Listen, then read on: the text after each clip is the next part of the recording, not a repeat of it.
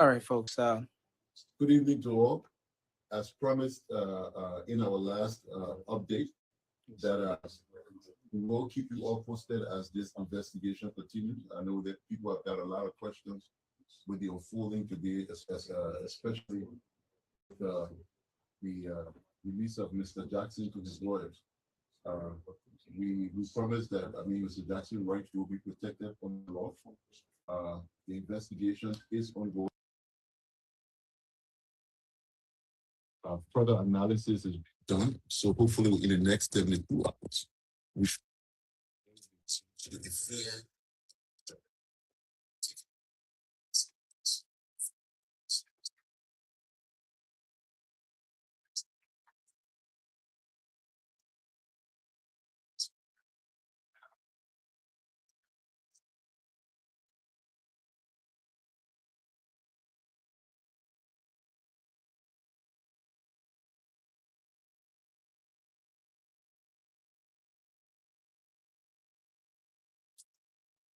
Who's going first?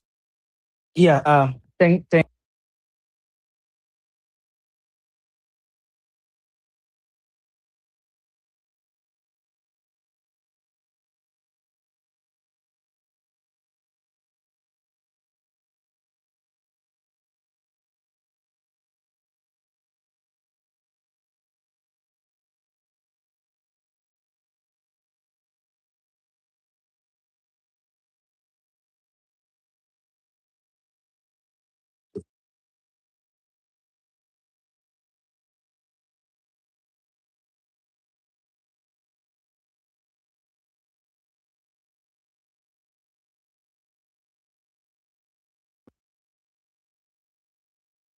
Crucial for us to make an informed decision.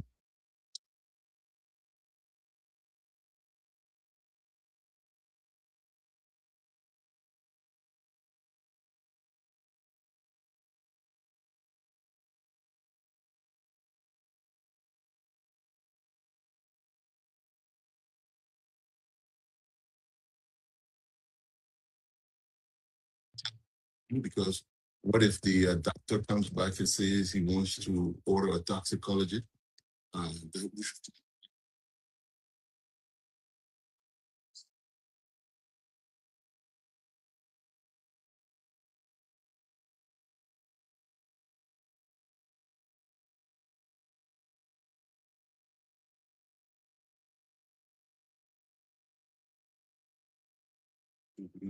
was it actually will not be different as well as a guarantee that. During the early stage of the investigation, his cook and the driver, uh, the both domestic workers were brought in. Where are they? Are they still in police custody or have they been released?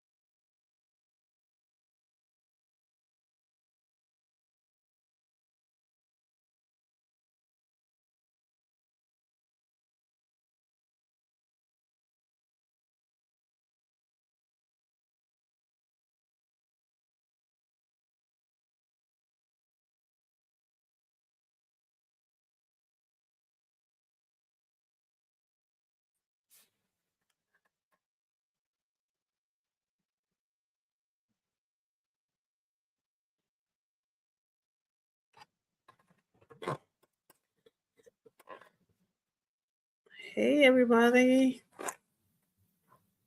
Good evening, good afternoon. Sorry about the video. Had a little audio problem. Good morning, good evening, good afternoon. Namaste. Wherever you are, we say welcome and thank you for being here. Hey, Mars. Are you just breaking fast? You know, by the time you pray fast now, you'll be breaking fast now until the next morning. Right. Yeah, so just be doing a small thing now until Mm-hmm. you're ready for the next day. Yeah. I know we late and you gotta go to the mosque, so we're just gonna chop it up a little bit Yeah, no problem. and just something. I was trying to play some video about the update on Uncle Sam. Excuse me. It's the same Jackson, but the audio was kind of poor, so I had to stop it. And it was just a four minutes, anyways. But the Okay. biggest thing today of all, our But you still following Sam Jackson? Me, I finished with that puppy business. I'm done with that. there's more. I know today. The Jackson. our good neighbors make everybody don't forget about Uncle Sam today. Yeah, Sam murderer Jackson. Oh Lord, we don't know that, But but the man say he murdered somebody father, so that he named it. okay. Okay, when it comes to that side, yeah, he said it himself. So Yeah, the man say so. yeah, so hi everyone. We all today I got up early to take my son. He had a practice today, so he had to be there early. So he couldn't wait for his bus, and I got up to take him to school today. Before I started working, I seen our neighbors and came back to visit. Right, it's time to get with a whole trip. I'm like, what is going on? I seen helicopter in the air and stuff like that. I'm like, what is going on here? Where Guinea border? you know, Really? you didn't see it today. No, I know. Oh yeah, they came back today. So I tell you, did. That's what we're here to chat about. This Yeah, being but I listened to the press. I listened to the press release mm-hmm. from the government, from the Ministry of Information angle. Mm-hmm. Then I listened to the president himself upon his arrival from Okay. the meeting yesterday. Yeah. Yeah, so Yeah, happy though. I think the president's statement yesterday from the meeting, I think it just encapsulates just everything. Mm-hmm. Because he's the president, you know. Mm-hmm. Yeah, I think yeah. Well, you think was more to it? Because No, when I mean encapsulate everything, just summarize everything because he's the president. He represented it.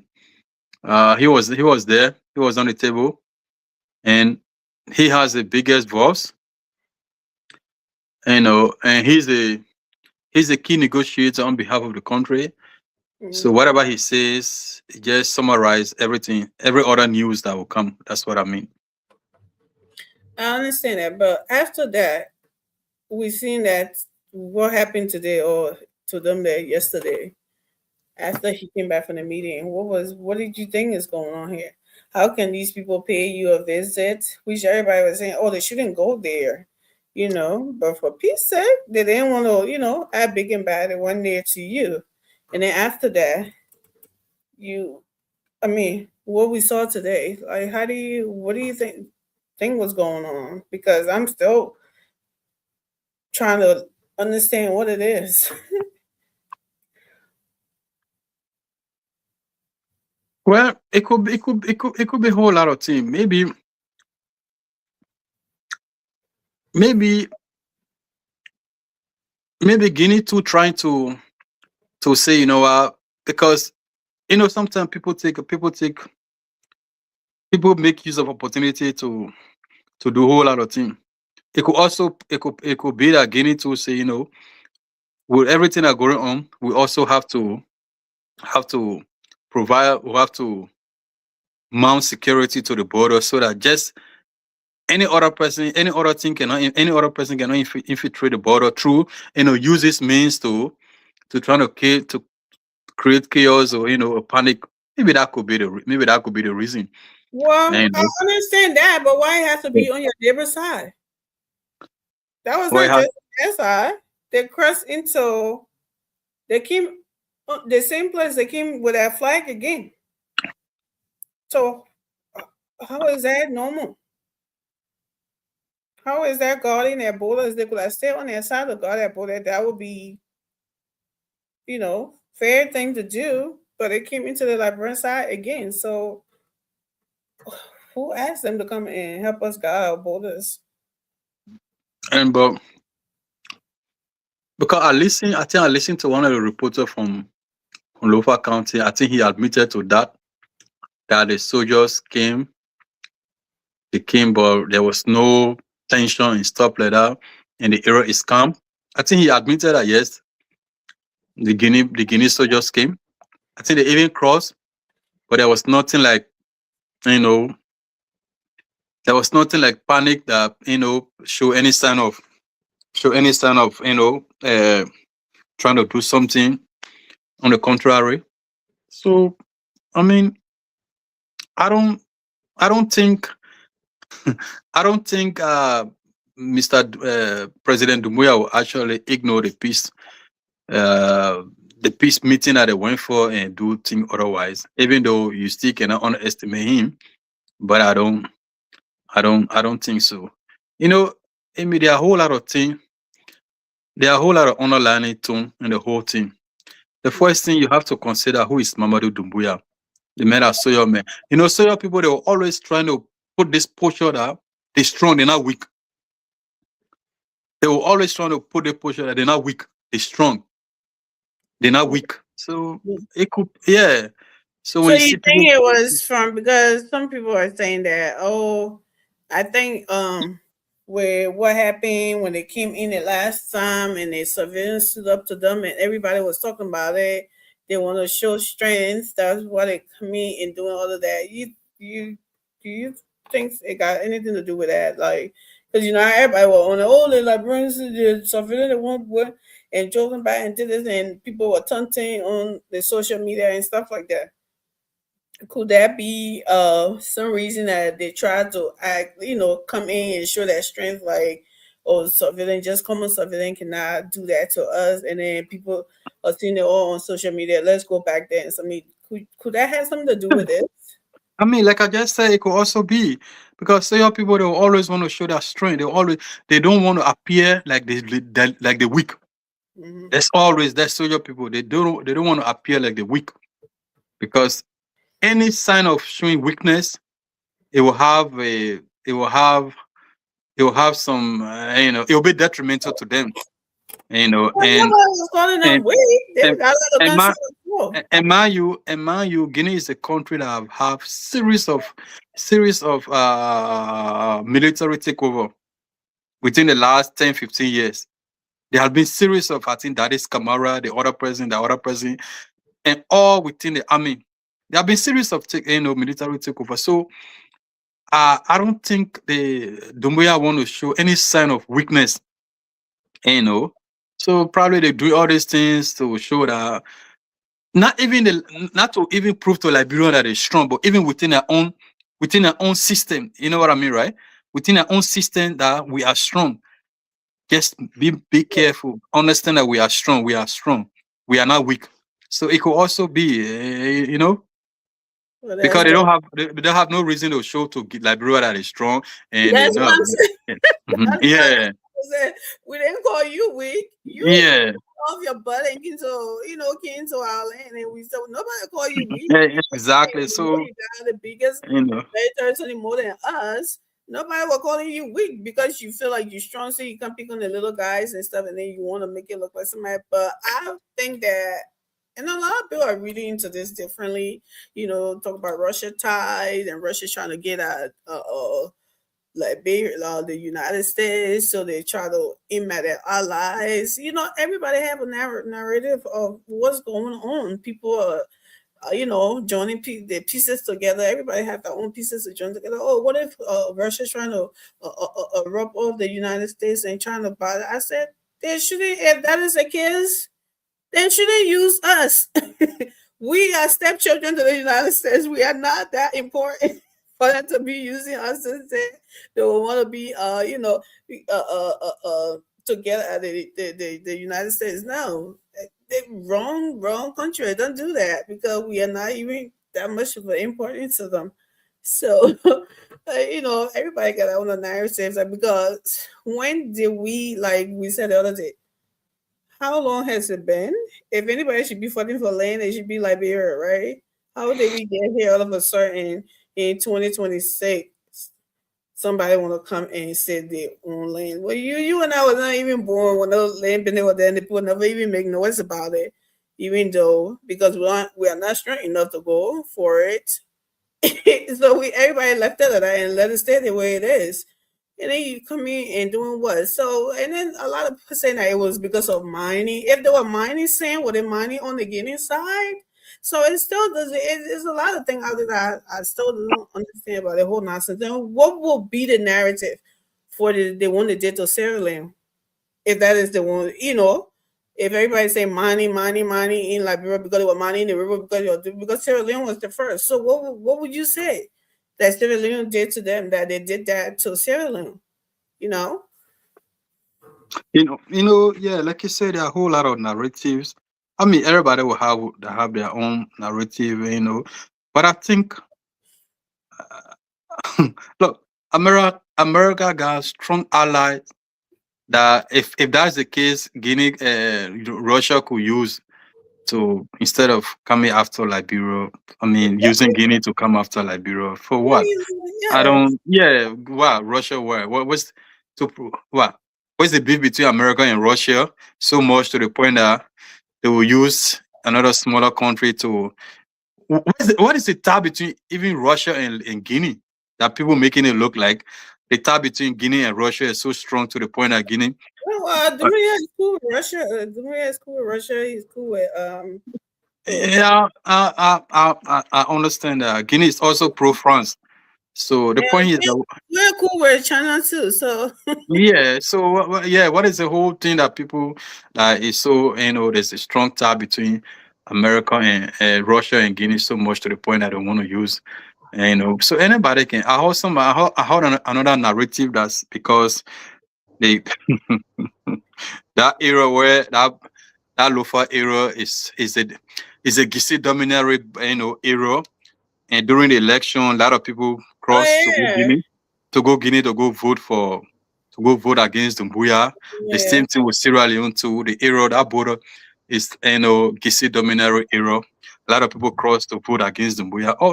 Everybody will come with their own narrative. But I strongly believe that Doumbouya as a soldier man, he don't want to appear.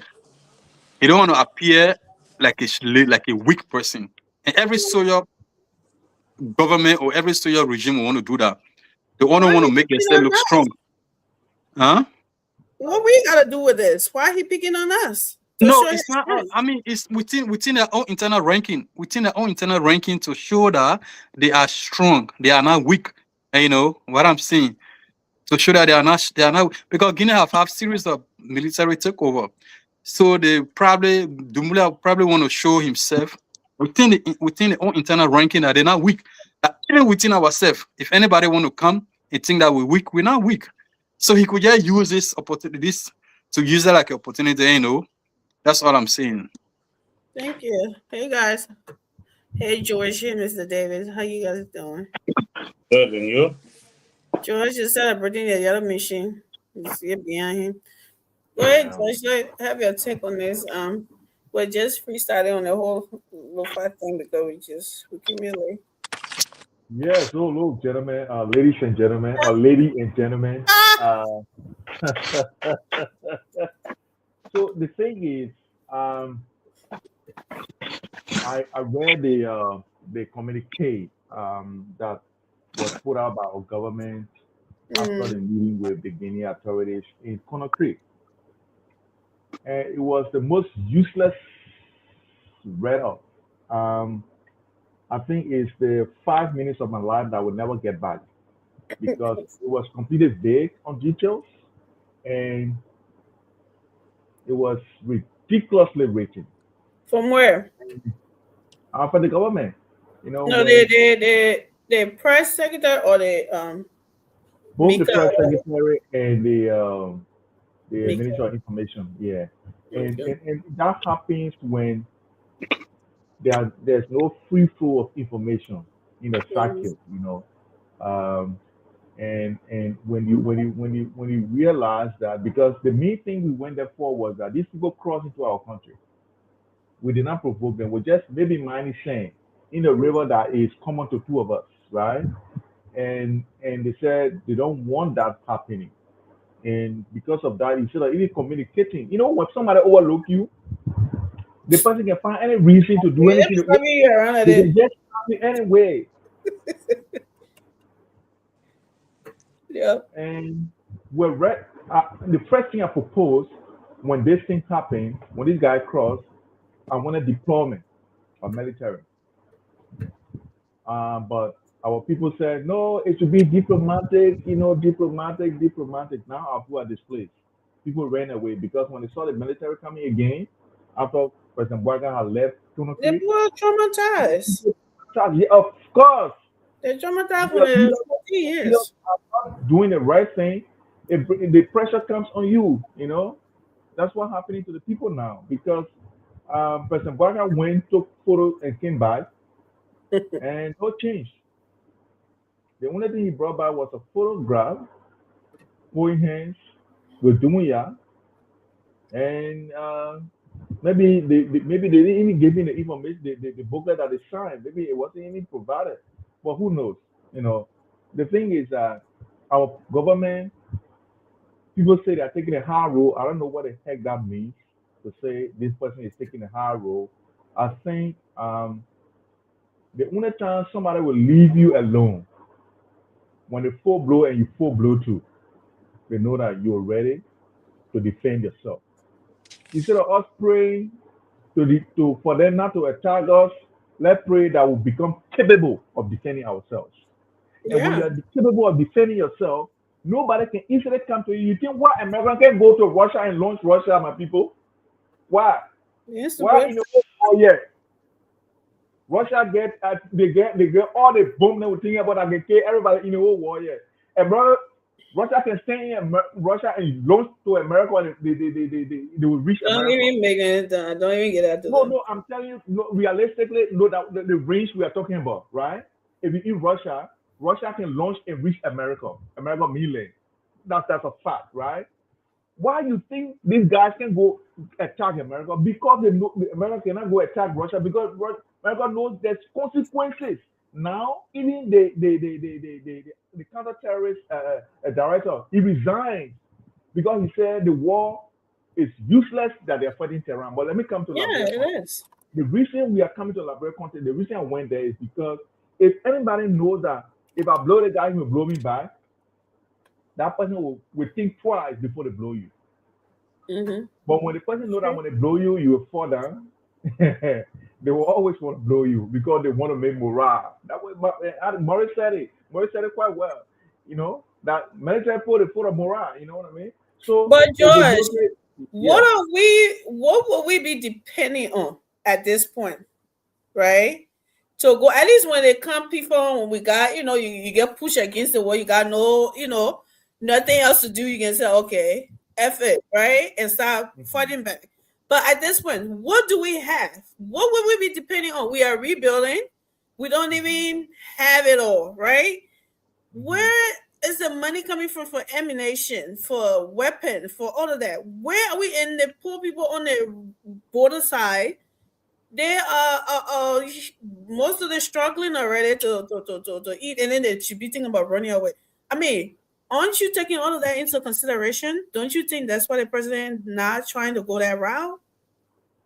I mean, I understand, trying to go that route to avoid conflict. But I mean, one of my colleagues at the United Nations when I was working for the UN, he had a situation with his boss, and his contract was going to be terminated.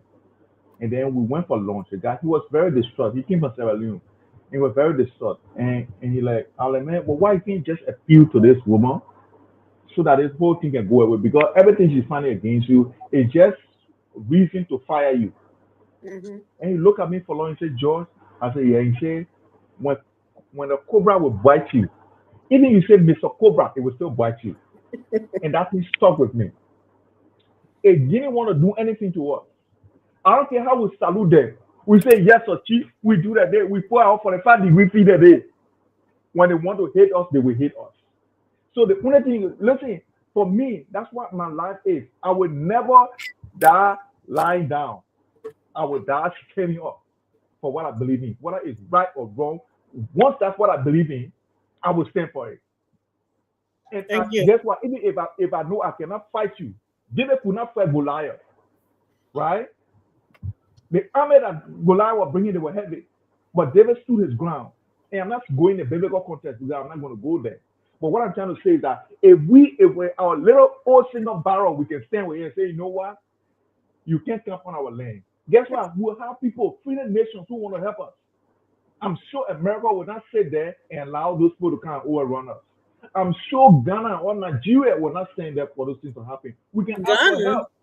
Yeah, we can ask for help. But to just be peddling on them, they people will still come back. Any, I gotta go back there. When Cobra will buy you, you say, Mr. Cobra, President Cobra, it will buy you. Yeah. So we cannot Thank sit you. down and allow people to just walk on top of us. Let's stand up. Let's stand up. Thank At you. least then we stand for something. Thank you. But at least people will see us starting to go the diplomatic route before when it's still sunny. Then I want to we tend to we'll do the gorilla style according to Mr. David. Tell me, Mr. David.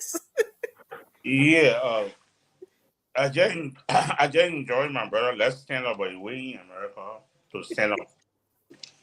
At least you could be in local county now. They give one EK, then stand up. I'll be happy. You wear EFN uniform.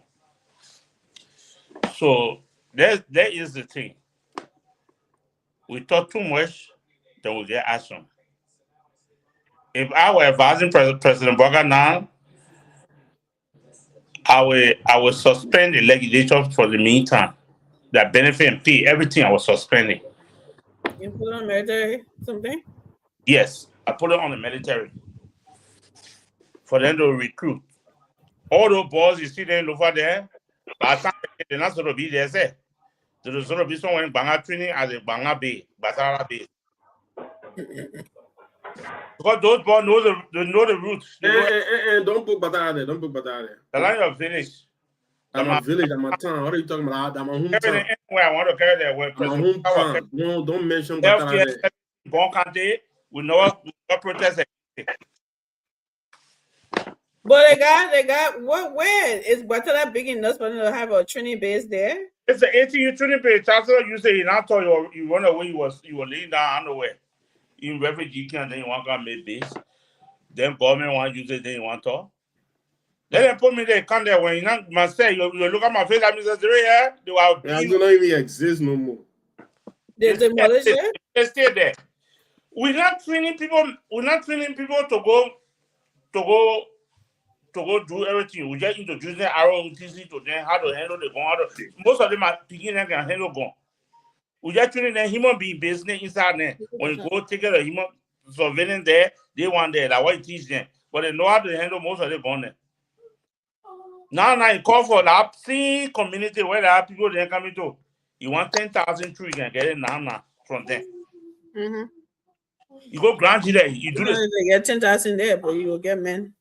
You can get manpower. You just need to train them. So when you dissolve, not dissolve, because they suspend the parliament, the money they used to be buying 40,000 car, all I want, you can buy plenty AK and plenty drone from Iran. Iran right now? Yeah, Iran can still sell drone. You know how many people get? They get millions of A. They still selling it to Russia.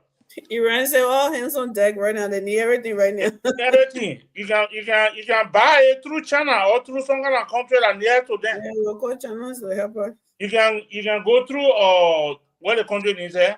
You can send people to Ukraine now how to face drone. We bring three other Ukrainian students there. They can be facing drone in Liberia. Like so that most of the thing we need to do that the important thing Boaga sort of suspend the parliament instead of them causing noise over there. They stop the people. And possible army people over there. Army recruitment ground. We're not gonna be where they call. But in the meantime, I like the way he going. Let's go to the international community. We'll go with Mano River. He say he don't want to listen to Mano River. We'll go to ECOWAS. Yeah. He don't want to listen to ECOWAS. Word. We'll go to AU. He say he don't want to listen to AU. We'll go to UN. He say, but one of my disappointment is Louis Brown is quiet. Why is he quiet? Something that not concern him he was running amok. Something that concern him now, why he can't talk. Something that not part of his business, you were there running amok. He get business now to do in UN, representing Liberia. I don't see him talking. I don't see any United Nations meeting on anything.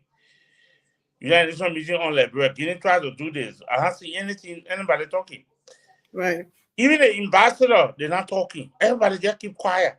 Why the European ambassador, why the Liberian ambassador all around the world, they're not talking. They're not speaking to other countries, telling them what is going on, what Guinea is doing, showing them the video. The people will not come to you, you got to go to them. But I'm telling you, Guinea just trying to do this. Provocation, they did in Sierra Leone, they did it in other countries. They want to do it to Liberia. They feel that Liberia is very weak. First thing, most of our rebel group came from Guinea. So they feel that weak government all the time, the people in Liberia weak. But they forget to know that I've seen rebel group that train in Guinea, most of them in Liberia. They know the terrain in Guinea, they train there. They know where all the train there, they know what all they need to do to end up Guinea too. So Guinea can plan a flag with Sepe. But when Guinea fire one of our soldiers or police, then war broke up. Then it means we tired telling the international community they get plenty of way to fight war. I'm telling you, we get manpower waiting now to end us the Masantan, all the people, all the group there, get people. Where you getting that from, Mr. Davis? That's why you don't know. Okay. Secret A lot clearance. of people standing by to just get any order. Most of the children are waiting to go and call out until they sound some of the children and get that gone. Thank you, Mr. Davis. Come on to Ray. Ah, you're muted. Yeah, man. Look, there you go. So we are in the final stretch of Ramadan right now. We should be concluding it tomorrow. Thursday. And I've been praying consistently for God to just about this whole thing that is happening right now. And I tell you, my frustration is not about what Dumia is doing. My frustration is how we citizens are reacting to it, especially those that are in the diaspora. It's absolutely ridiculous. Look, I'm very good at what we call resisting in self-determination. When you try to self-assess, you need to do what we call the SWOT analysis. That's SWOT. That's your strength, your weakness, your opportunity, and your threats.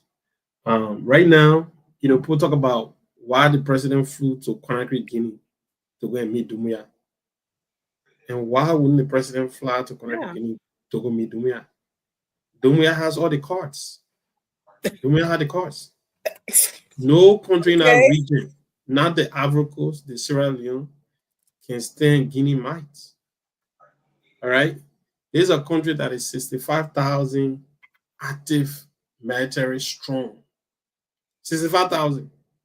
And the Dumia guy, he have just come and reinforced that. I was just in Conakry recently. The entire country is militarized. They are recruiting children at the age of 12. Oh On the my weekend, Conakry, children parading in their uniform. I'm telling you, right? Look, I'm not yet God. Be saying done, Korea. I'm not yet saying that Liberia should not have the right to protect and defend her sovereignty. Every nation should be able to do that. But at what cost? And Mr. Davis, you know, sometimes you make me cringe. You know, you make my skin to crawl sometimes. Because if you say you ready to enter Masanta, you and who? You and who ready? You know, it's so convenient for us to sit in the diaspora in the United States and other places and start to incite. But when the bulls start, guess what? That the ordinary people are going to be impacted. Liberia don't have nothing, boss. You want me to bring it up to you? Nothing we got. And for the record, we are still under certain arm embargo. You know that? You know that Liberia cannot have certain ammunition right now? You see, you don't know these things. You don't know that. That's the thing. Not true. You know what I mean? That That's is the true, thing. Mr. Davis. It is true. I think It it's is trying to true. live that nonsense now, but it is true. You know what I'm saying? It is true. So if we're talking about, you know, and besides, Omer Bwaka just took over this country. You see, in life, Amy, you need to know your strength, your weakness, your opportunity, your threats, right? The woman is trying to build a country. You cannot build a country and at the same time simultaneously fighting war. Yeah, It don't make sense. It don't make sense. Every president come with an agenda. Okay? President come with an agenda. That's why in a country we know the Democrat and the Republican, right? We know the Republican, they are the one that always starting war. You know what I'm saying? They are the one that always starting war. So that's the party there. That's all they do. They bring America into war and all that stuff, right?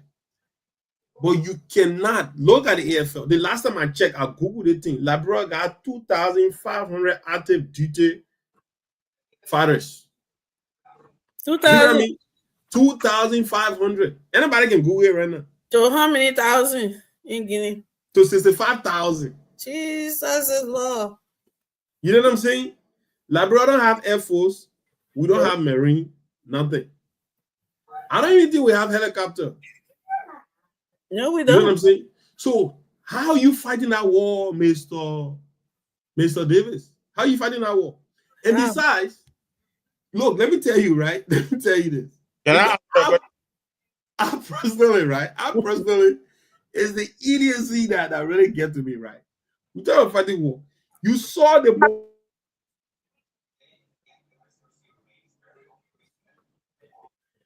Yeah, internet. up to today's day, we're still looking for AFM men at the border. Can you see them? I think You know what I'm saying? You know, so Mr. Davis, when we're talking about it here, let us not lose our sanity and try to and start beating our chest on something that when it starts, we're not going to be able to fix it. And someone talk about run to the United Nations, run to this. Look, let me tell you, bro, the international system has been depleted. Liberia starting to run, Liberia have to deal with it by her own. And down to that way Iran. Now he's trying to find a way out. He's looking for European Union and European country to go help him do it. And how about Liberia? Do we do anything without America? Yeah. And Donald Trump already said he don't give a damn about y'all anyway. That we are all a bunch of shithole countries. Excuse my language. That's what he said. You know what I mean? So let me tell you, America not going to sacrifice their children and daughter for you in Liberia. They have done it so many times. We got a handful right Okay. now. If we're going to find peace, Jesus Christ said, "Blessed are the peacemaker." You know what I'm saying? How about we follow that? How about we try to go with the peaceful route? They say what? A man will fight and run, stand or live to fight another day. Yeah. Now, not every battle you can fight. You can The fight, time is right? not convenient for you to do that. You don't have the equipment. You don't have the morale. You don't Yeah, have the manpower. capacity. You don't have the arsenal to do it. So why are you fighting? What are you going to fight with? Yeah. What are you fighting? Huh? What's the AFF budget? Wait. What do we have? Who's winning right now? If not because of bunch of people just waiting to go loot people resources in our country, that's the only motivation. That's the only motivation, Mr. Davis. All right. And you have not faced a formidable force yet. Like, bro, what we did, the war we fought, people saying, oh, we now fight 14 years of civil war. You know, we are experienced. The Guinean military are not battle tested. Guess what? You have not faced a formidable force yet. That fighting we did 14 years, we just did that to push each other out. That's what we did. To kill each other. We're not facing any formidable military. We're not seeing anybody flying airplane. Chances I didn't have airplane flying, bombing any place. You know what I mean? That was a guerrilla fight. People were getting in the bushes and stuff like that. But if you start the 1 year, you will see helicopter bombing down something all over the place. All right. So let's stop that. Right. And we can say two things and make it clear. Doumbouya, we all know very well, Doumbouya is the aggressor. And Doumbouya, this is the thing, Amy. There's a reason why I have refused to take gun in a country. Because once you take gun, then obviously a situation where you want to self-regulate, but because you have gun, you will escalate. Because having gun embodies you to actually use it. You know what I mean? So I'd rather not have it and regulate myself than me. Maybe someone just says something to me, I rush in my car to pick up gun, right? Doumbouya have amassed all these military utensils and stuff like that in the country. And he's just trying to find somebody to do some kind of test route with. You better not find us. You know what I mean? And nobody should fall for that. Don't fall for that. Yeah. The aggression happened the next day, the president on plane to go there because the president understand. What kind of fighting are going for? Joseph Boakai understand that how am I going to mobilize people? Even if I mobilize 10,000 people, there are a lot of young people that want to fight for that country who understand that. But do you want to beg on that? Do you want to sacrifice people to go face 3 armed officials? You know what I mean? You don't want to do that. There are a lot of people that fought during our civil war, Amy. It was inconvenient for some of them to fight. Some of them saw their parents getting killed. That motivated them to pick arms. So you tell me, for a country that have now stood for a military, you think anybody is motivated to go fight for that country? I will not fight. I will not fight. I will definitely not do it until the government can show interest in mobilizing and making the military an opportunity where people can go to school, where people can get a decent living, right? When they join the military, that will motivate people to sign up. But we're not going to see senators driving $35,000 car every 2 years. Then I'll go join military that they can't even pay me $200 a month. Come on, man, what are we doing? So that is my point. And to close it, just stop the warmongering. Just stop the incitement, right? Like, we're not ready for this war. We are definitely not ready for it. God forbid, we're not ready for it. We're not going to do it. Thank you. So, can I respond? No, you gotta wait when it comes to you respond my next. No, but you call me time. How about you will respond? You will get your chance, Mr. Davis. Calm down. Don't start your gorilla war here with Biggie. But the show is not between you and myself. I'm here. You debate. But you call me almost 15. Don't start your gorilla war here with Biggie. I never said them on fight war. It's Marzo. I mean, to lay it all out, right? Like we were saying, we don't want this thing to turn into a war, right? It's not like we're scared. We don't have the resources for it, the manpower, all of those things that we already named, right? We are a new country that are rebuilding from the destruction that we did to ourselves. So you can't be doing that and then you say what is money coming from and all of that. So like I previously said, when we talk about the warmongering and all of the incitement on social media, and I said it before you came to, right? I was in that could that be something that trickle the Amasada or whatever, authority, and they feel like, oh, this is on social media that the Liberian just surveillance and did this to us, and so we got to go back in there. Could that be a part of it and all of that? And at this point, That's a very good point, Amy. at this point, yeah, at this point, because the Guineans are on the social media too, trying to pop us on the guys too, and saying, oh, we will squash you and everything. I said, we agree. We'll be that the election time. We'll do that. Okay, we agree. You got it. But you got people on social media that Liberians are doing this thing. Like, if these people come right now, they can't stand in front of them and do anything, And that's a good point about, stop the inciting, stop the mongering and all of that. But Mars, what is this an eye opener for our government now? From just I wish wasn't anyone here. Momo was here because he always talks about it before the whole thing started. That Liberia was so vulnerable. We don't have control over the air, the waters, and all of that. Any country can just decide to invade. He said it before, right? So should this be like a lesson learned for our? I mean, how greedy they are, I don't know, but what do you think from there? Yeah, you see, I mean, Amy, it's a good thing to have a solid army in any country, but at the same time, there's some country too that don't even have an army. There's some country don't even have a strong army as well, and they're moving very well. But let me just say this, right? For me, what actually beat my imagination? Yeah, there are some countries around the world, but for me, what really beat my imagination? I'm just thinking, let's say President Bouaka was not in, this government was not in power. Am I thinking, were this advice, this thing that the opposition are saying, but this the advice that are going to give President Weah? I mean, it just beating my imagination. Are they telling me that Suno and the other people, these are the advice that are going to be giving President Weah? Go attack, don't go there, don't go Guinea. I mean, it just beat my imagination. I'm just thinking, are this the advice that are going to be giving President Weah? Go fight. We are country on our own. We are this, we are that. Because I don't get it. It's scary for me. And thankfully so, thank God, that is not the case.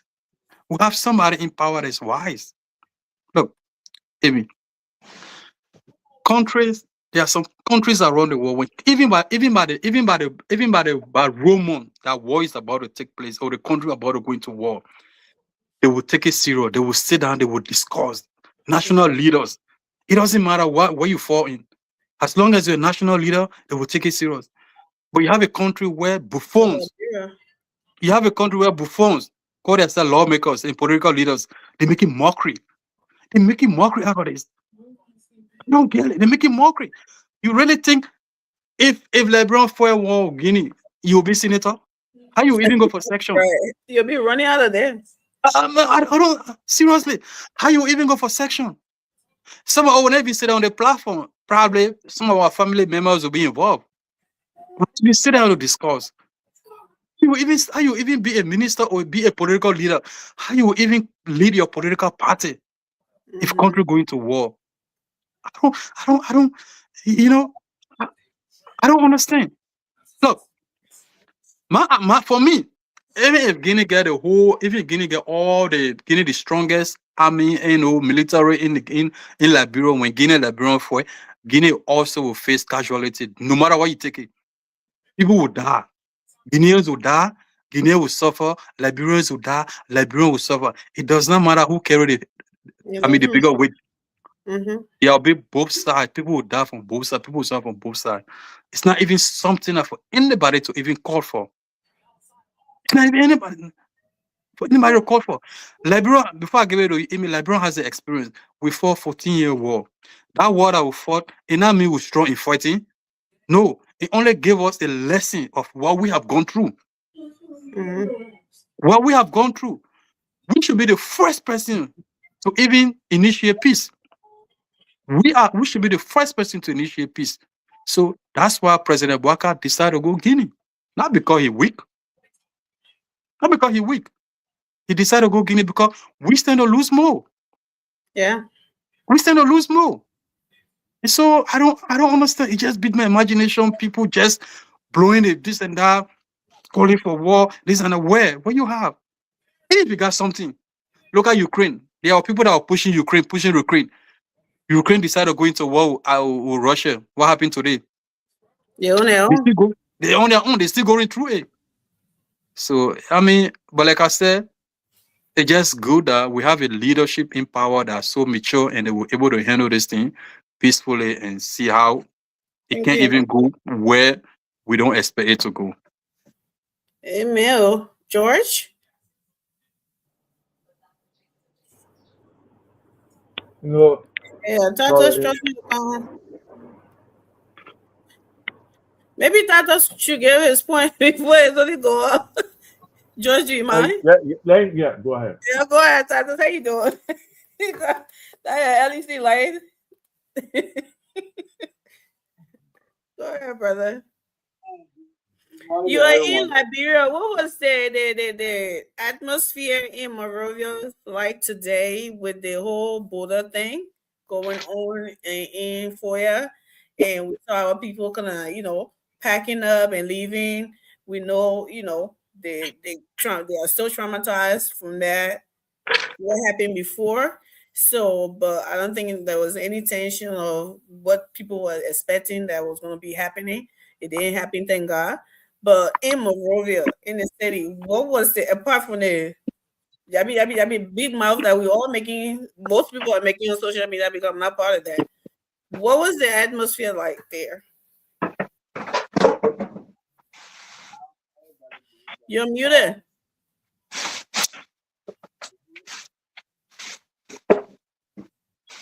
We can't hear you. Oh, you're low. No, he's very low. I can hear him, but he's very low. Put your volume up and see.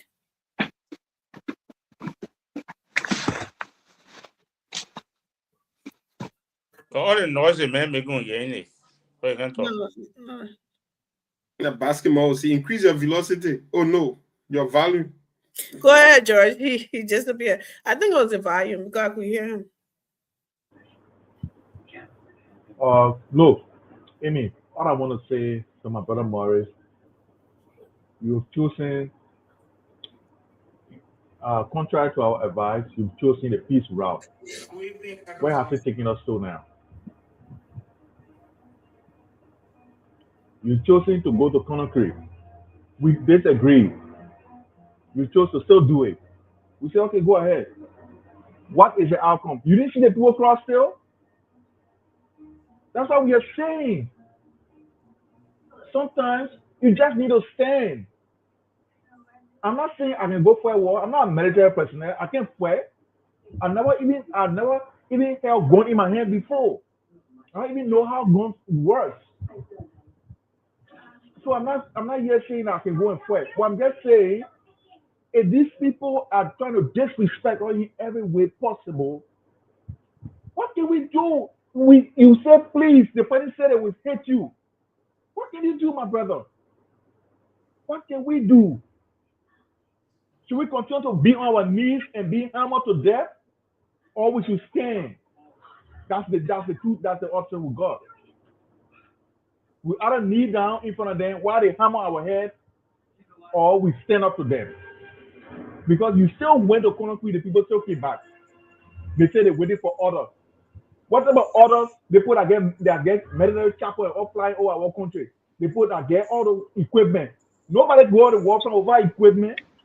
These people came to the front. They have all the equipment. They say they're waiting for work from back in the capital to tell them to go back. But they were told to come there. So what do we do, my brother? So if you guys come on here and still want to consider to say we are opposition, so we'll be advising the people wrongly, and when there's no Liberia, how can a lawmaker be this? How can we be here? My brother, when war comes, we can't be here. Nobody will be there. But guess what? If we're going to stand for people to kill us, it'll be better that we fight if we fight dying. You know what I mean? Without fighting. That's the only thing we can do. We got military. If they want, we pay all that money to, we pay their salary as military people. If they cannot fight, Man, my brother will ask for help. When we cannot ask for help, my brother, the people want to fight, we begging and still they're coming. What can we do, my brother? So let me tell you, this is my approach to this whole thing. And I know it will be controversial, and it's okay. I do know that my brother Davis cannot fight any war. That thing he's doing now that I just motor. When you just go to work, the next day you go on social media again to go to. He cannot fight. We cannot fight. You will sleep. Yeah. You fall asleep. What would be here? You fall asleep. They take it for you. My brother-in-law, guess what? The man said he joined the rebel. He joined the rebel. They get you going fast. They told the go for you. They walking away. I'm going. They mess up my people are down. You're not level where you're now. So yeah, that's the thing, right? So all we need to do is that we have tried. We against our advice, we try the diplomacy, right? Let's hope that the diplomacy holds. Let's hope that after 1 week, people can get a communication from Conakry and move from our lane and go back. But if it doesn't happen, my brother, then we got to go to plan B. Plan B is to stand up for ourselves.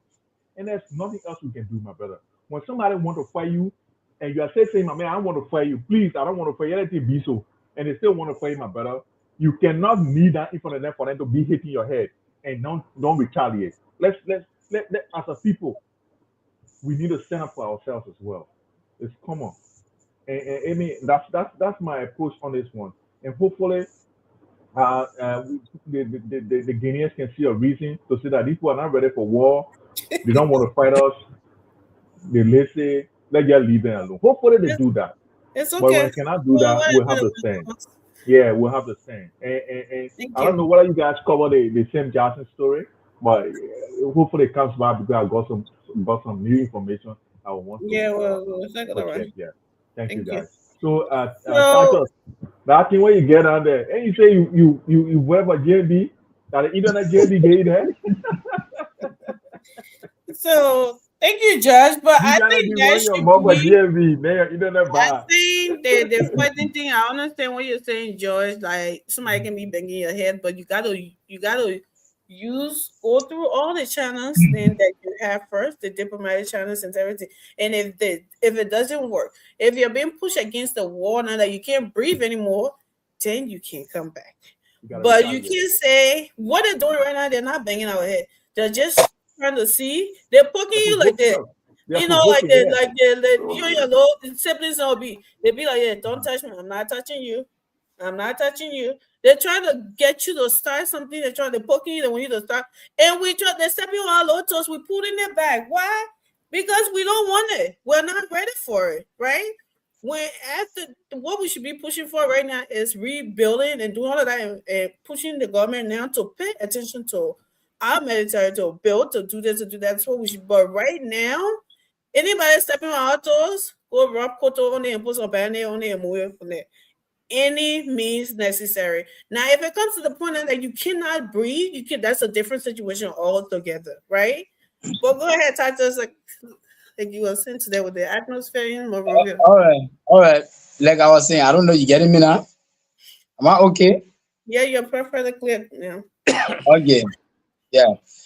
For now, in Moria, everything is okay. Everybody doing their normal work. Everybody doing their normal thing. And even one thing I understand is that even in Foya, even this morning, I made a call. Mm-hmm. I asked, only Sonamba, you see people moving, the surrounding villages, especially Sonamba, there are surrounding villages there that didn't want moving from there coming to Foya. And even those they coming to Foya, but they have not reached yet. But even me, my village, not far from the border, that same road, direction. So you got villages around the border before reaching the Foya. Yes. Oh, I thought they was making it seem like Foya was sitting right there and the river right there. That's what I No. Okay. Okay. From Sonamba itself to the water side is something like 5 minutes to 10 minutes ride on Moroba. Oh. On Moroba. Then from Sonamba to Foya, it should be something like 20 to 25 minutes. On Moroba to 30 minutes ride on Moroba to Foya. Oh, okay. Okay. Okay. So it's not Foya that people you see that bundle and people carrying it. No, it's not Foya. Even though the people are doing their normal thing in Foya, doing their business and other stuff. But you know, Lebron, we have now praying God for war and we'll not pray for it. In the first place, Lebron is not prepared for war. Lebron don't have that. I mean, Lebron, we have kept 2,000, 2,100. I hope, or how to call it, my brother talking about 2005. It's not 2005. Even now, you Google it, you will see it. It's 2,100. Guinea get about the active duty military for Guinea, 13 to 15,000. Where Jesus. their population, yes, 13 to 15,000. Where their population is 17 to 19 million. See, and some of us, one thing I experienced during 99 to 2000, when 50 left from Montreal, he was busy in our village. He spent almost about 3 to 4 months. So, like some of us, they used to grab her and say they go to you for 1 week, 2 weeks. They send you like 50 years ago people in Guinea. You know, they'll go there, you know, they do jaga, they come back. And the very day they were leaving, they told us, they say, if you all be here, if you all sleep here, the next day, last same day, they will grab you. And it happened. Guinea have equipment. Liberia don't have equipment to go for war. The only thing, like I hear some people saying, oh, why the American go there, Yes, it is true that American go there.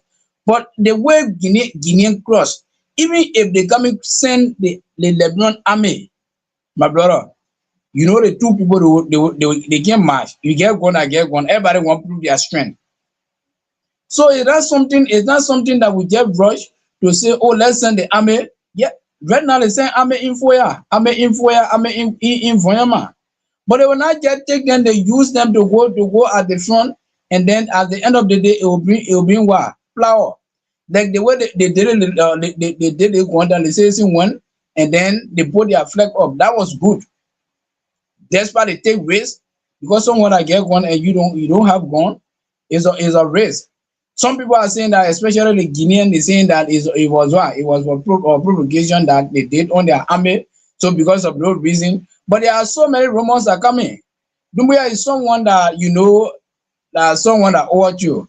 So when they hear some noise, then they will just want to manipulate it somewhere that to say, oh, these are because of their reason. But when you look into it, first they said at the morning, but there are some news that we're hearing, but it cannot be disclosed yet. But we are still watching them, we are still listening to them to come back to the point. But one thing I will encourage to everybody, Lebron, we should not pray for war. And those are saying that, oh, the commander in chief should send the military there. The commander in chief should send the military there. I don't see it necessary. Yet. Let them do it the same way the president went there yesterday. Let them wait. You know, from Conakry to Kigedu is about 24 hours. So if you leave from there to come back immediately to go back, it will be very hard. So let's wait to see from now to the end of this week. You call someone to help you. You're spending money. Even if Lebron and Guinea go for war, the equipment when put that to do that, the thing that what they used to send in for when it blasts in one village, it will not even damage the whole village, but even the surrounding area that in that place there, they will damage it. I experience it. Like they say, I experience it. So it's not something that we just woke up, we rush with it. People say, oh, why the president? No. Let's take our own set time to see how best the president can do or the government can do the revel thing. Thank you. Mr. Davis? Yeah, I just want to inform my brother that everybody was listening to me keenly. I never said war is our number one option. I didn't say it. I called Mano River, I called ECOWAS, I called AU, and I called UN. I call all these people. But I gotta go to them one by one, one by one, one by one. But you people, the same people that sit on the platform here, you were saying why the AFL were not to the border. I promise you, the AFL were to that border, they not start fighting ever since. Yeah. You see why they withdraw the army and put the police in custom? These are people that don't have temper. The army get temper. Army men see they will want to challenge them too, no matter whether they're 3 or 4. They won't care. Army men get more tension than the police and the immigration. Like why is he want the army king? Because you all sitting there, why the army not to the border? Let the surveillance do that thing. Let surveillance do that thing. All of you were saying that. I said no, that's not how you can do it. We use diplomatic means. The people, but already people wage war according to international rule. That war they already wage by planning a flare pole coming with arms in your country that war. Mm-hmm. The act of war. But we don't have people to what they call them. And you all comparing Russia and Ukraine. All the time Russia wanted to invade Ukraine capital city. But they couldn't make it. They stayed to the border. They still fighting. Russia is losing army. Russia get all the jet bombers, all the bombs. They get it. But still, they cannot capture the entire, they can't capture Ukraine. When it's still on fighting war, the other people can get more strength too. Now, what can happen in war? But I never said that to open a year ago. I didn't say GMB to go for war. The other one say, why the army were not to the border? We should congratulate the surveillance. We should do this. You're talking all the things. I said no. When you see army get tactical retreat, the government call the army for tactical retreat and sit down at the back. It means that they lazy or it means that they what they call. They will be the last option. That's why you see the government using the immigration, the customs, and the police. Because these are people that talk to you in intelligent way.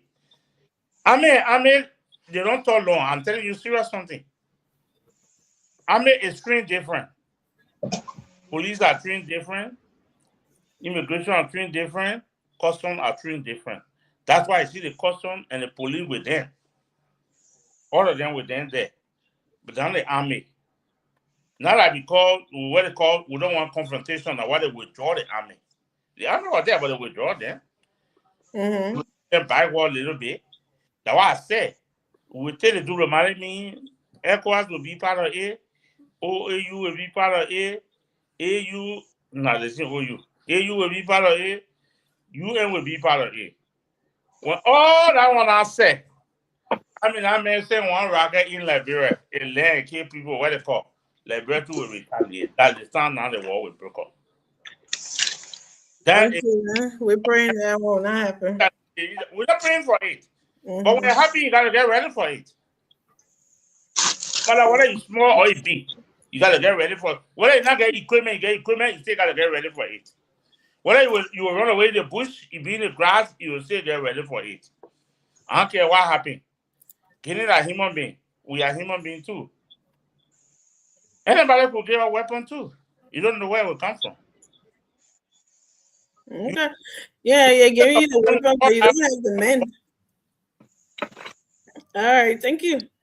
That's true. I mean, I understand what you said when you, after taking all the route, Exactly where and Guinea is still trying to use us, which we refuse to be their little punching bag or their lap rats. Oh yeah, why you would do? That's a different thing. We don't want it for our people, but till then, we'll be like, yes, sir, chief. We'll come to you. You don't have to come to us. We will come to you to make peace, okay? But Baga is that big bag going to him either. He's a small child, but Baga still going to him. Yeah, that's Baga grandchild, son, or something like that. A small child, Benny. It's a dictator. At this point, he's Not a trying president, to save Baga, the a president. life. Yeah. But no, he's trying to save the life of Africa now. Grab the man, you overthrow the man. So in Monroe, that's not a good human being. That is it don't matter. The man are president. Do keep trouble. I mean, what mean president? And do a president. So no, like Guinea Post, Mr. But look, that man run the country the wrong way. You don't be so Amy Ramadan, right? Yeah. So that's the thing, Mr. Davis. I see where you're coming from, right? Your second coming, obviously, you may more Yeah, second probably coming. more point on that, right? And that's the first thing I said. That is besides the point, though. After you have exhausted all diplomatic efforts, after you have reached out to various international regulatory bodies like all of the institution that you mentioned, we'll have to understand, Mr. Davis, the institution right now, they're not really there no more. America have literally America and Israel, they have make the institution to be absolutely none of void. You've seen it. You've seen all of these things that are happening right now in the world, right? Don't put how much Liberia contributing to United Nations as a budget support? Well, you know what I'm saying, right? So put us on the spot like that, but so you have to understand. Pay more money to UN than Guinea. What? Liberia pay more money to United Nations than Guinea. How do you know that, Mr. Davis? How did you know that? United Nations, Guinea was not. Huh? You know how long it took Guinea to be member? You gotta look How at long? it. How long it took Guinea? What are that 10 years? What are that 5 years? Hey man, tell us how long it took Guinea to be member. When Guinea got independent before they joined UN. Liberia is fully member of United Nations. Nobody arguing that. Yeah, Nobody arguing that. they being paid more money before Guinea got Bro, independent. listen to me. I'm saying how much is Liberia contribute to United Nations? We don't know. If you don't know, say you don't know. That's it. So move on. So we're not talking about. But we all know. compare it. My man, listen to me now. That's my time. I'm not debating you. Listen to me now, man. Mr. David. Let me talk my thing, please. I'm saying is, Liberia been milking United Nations for a very long time, and at some point, people are exhausted, right? So we need to understand that, seeking for peace, you are not doing it in a position of weakness. Yeah. You know what I'm saying? But you understand your current position. You understand that you are not actually prepared to face what could be. You know what I mean? And owner of food will actually leave her neighbor house on fire and go later in their own house to sleep. You know what I'm saying? And the only reason why I'm saying that is because if you know what you have, then that will embolden you to start beating your chest. That is my point. There is a saying that says when Manungo men say Adiasa is like basically you have exhausted all possible avenue to seek de-escalation, to seek peace, but to no avail, right? Once you get to that point, and then obviously you have no choice. That is, your back has been literally put against the wall.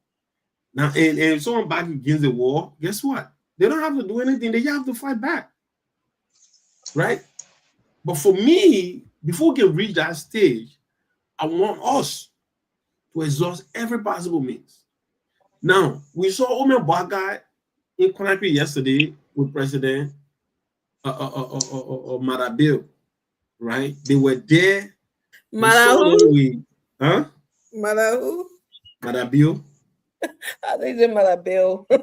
Marabil. I mean, obviously, but you see, we saw them standing there with a joint. I don't know whether it was a peace accord. Yeah, what was that? That they had in their hands, right? Yeah. That was yesterday, right? Peace. We saw that. Even I followed this lady, Sarah Bensley Yanti. She actually had, she posted on social media, to that effect. So that was yesterday. Then we saw what we saw today. My people, There's a lot of things that happen in diplomacy. This guy have amassed all these military miles to go to the border. Maybe you're part of the agreement, my man. Y'all just go there and just then retreat back. Be part of that, right? It could be a military show of strength. You know what I mean? Oh, so when the men in the beginning king with cutlasses and stuff like that, our military men had to drumming kino and cross. You know what I'm saying? So y'all go back there, y'all just show something and y'all retreat. We don't know these things, right? But I cannot in any way say here that the people travel over there and sign that or whatever treaty that they sign, and then just to come back and then Guinea send troops across to further escalate. I mean, look, diplomacy comes in so many funny ways. I didn't know that in fact Donald Trump had literally, make arrangement with Iran doing that first time that my man, y'all allow to go bomb y'all, then I'll call for ceasefire. All these things happen. What? Yes. You don't know these things. It happened. You go bomb some kind of empty lot, and then you say, okay, that's it. Because you have to understand there are so many things in diplomacy, especially when there's a tense, something happening, right? And Iran said it. Iran said, okay. And even they're at the war right now. Bomb landed the next day, they made one ceasefire. At that point, Iran said, oh, hell no, we're not having no ceasefire now. This one have to drag it because you're not going to come bomb us every 4 months, then you come out and bomb us again. Right. So we're not doing that. You know what I'm saying? So there are a lot of things that happen. But I'm not going to sit here. I say, those guys don't fly to Conakry, go meet Doumbouya. They sign that thing, right? Then the next day, Doumbouya still send people over there. Come on, man. You really need to show some sense of force. We all saw the video. We saw our civilian chase the people out of that place. It was embarrassing on social media. It was embarrassing. And we were taunting them. So and the last thing military people don't want is to look as if, you know what I mean? Like nobody want to take that. You say, oh, and guess what? It was all over our social media.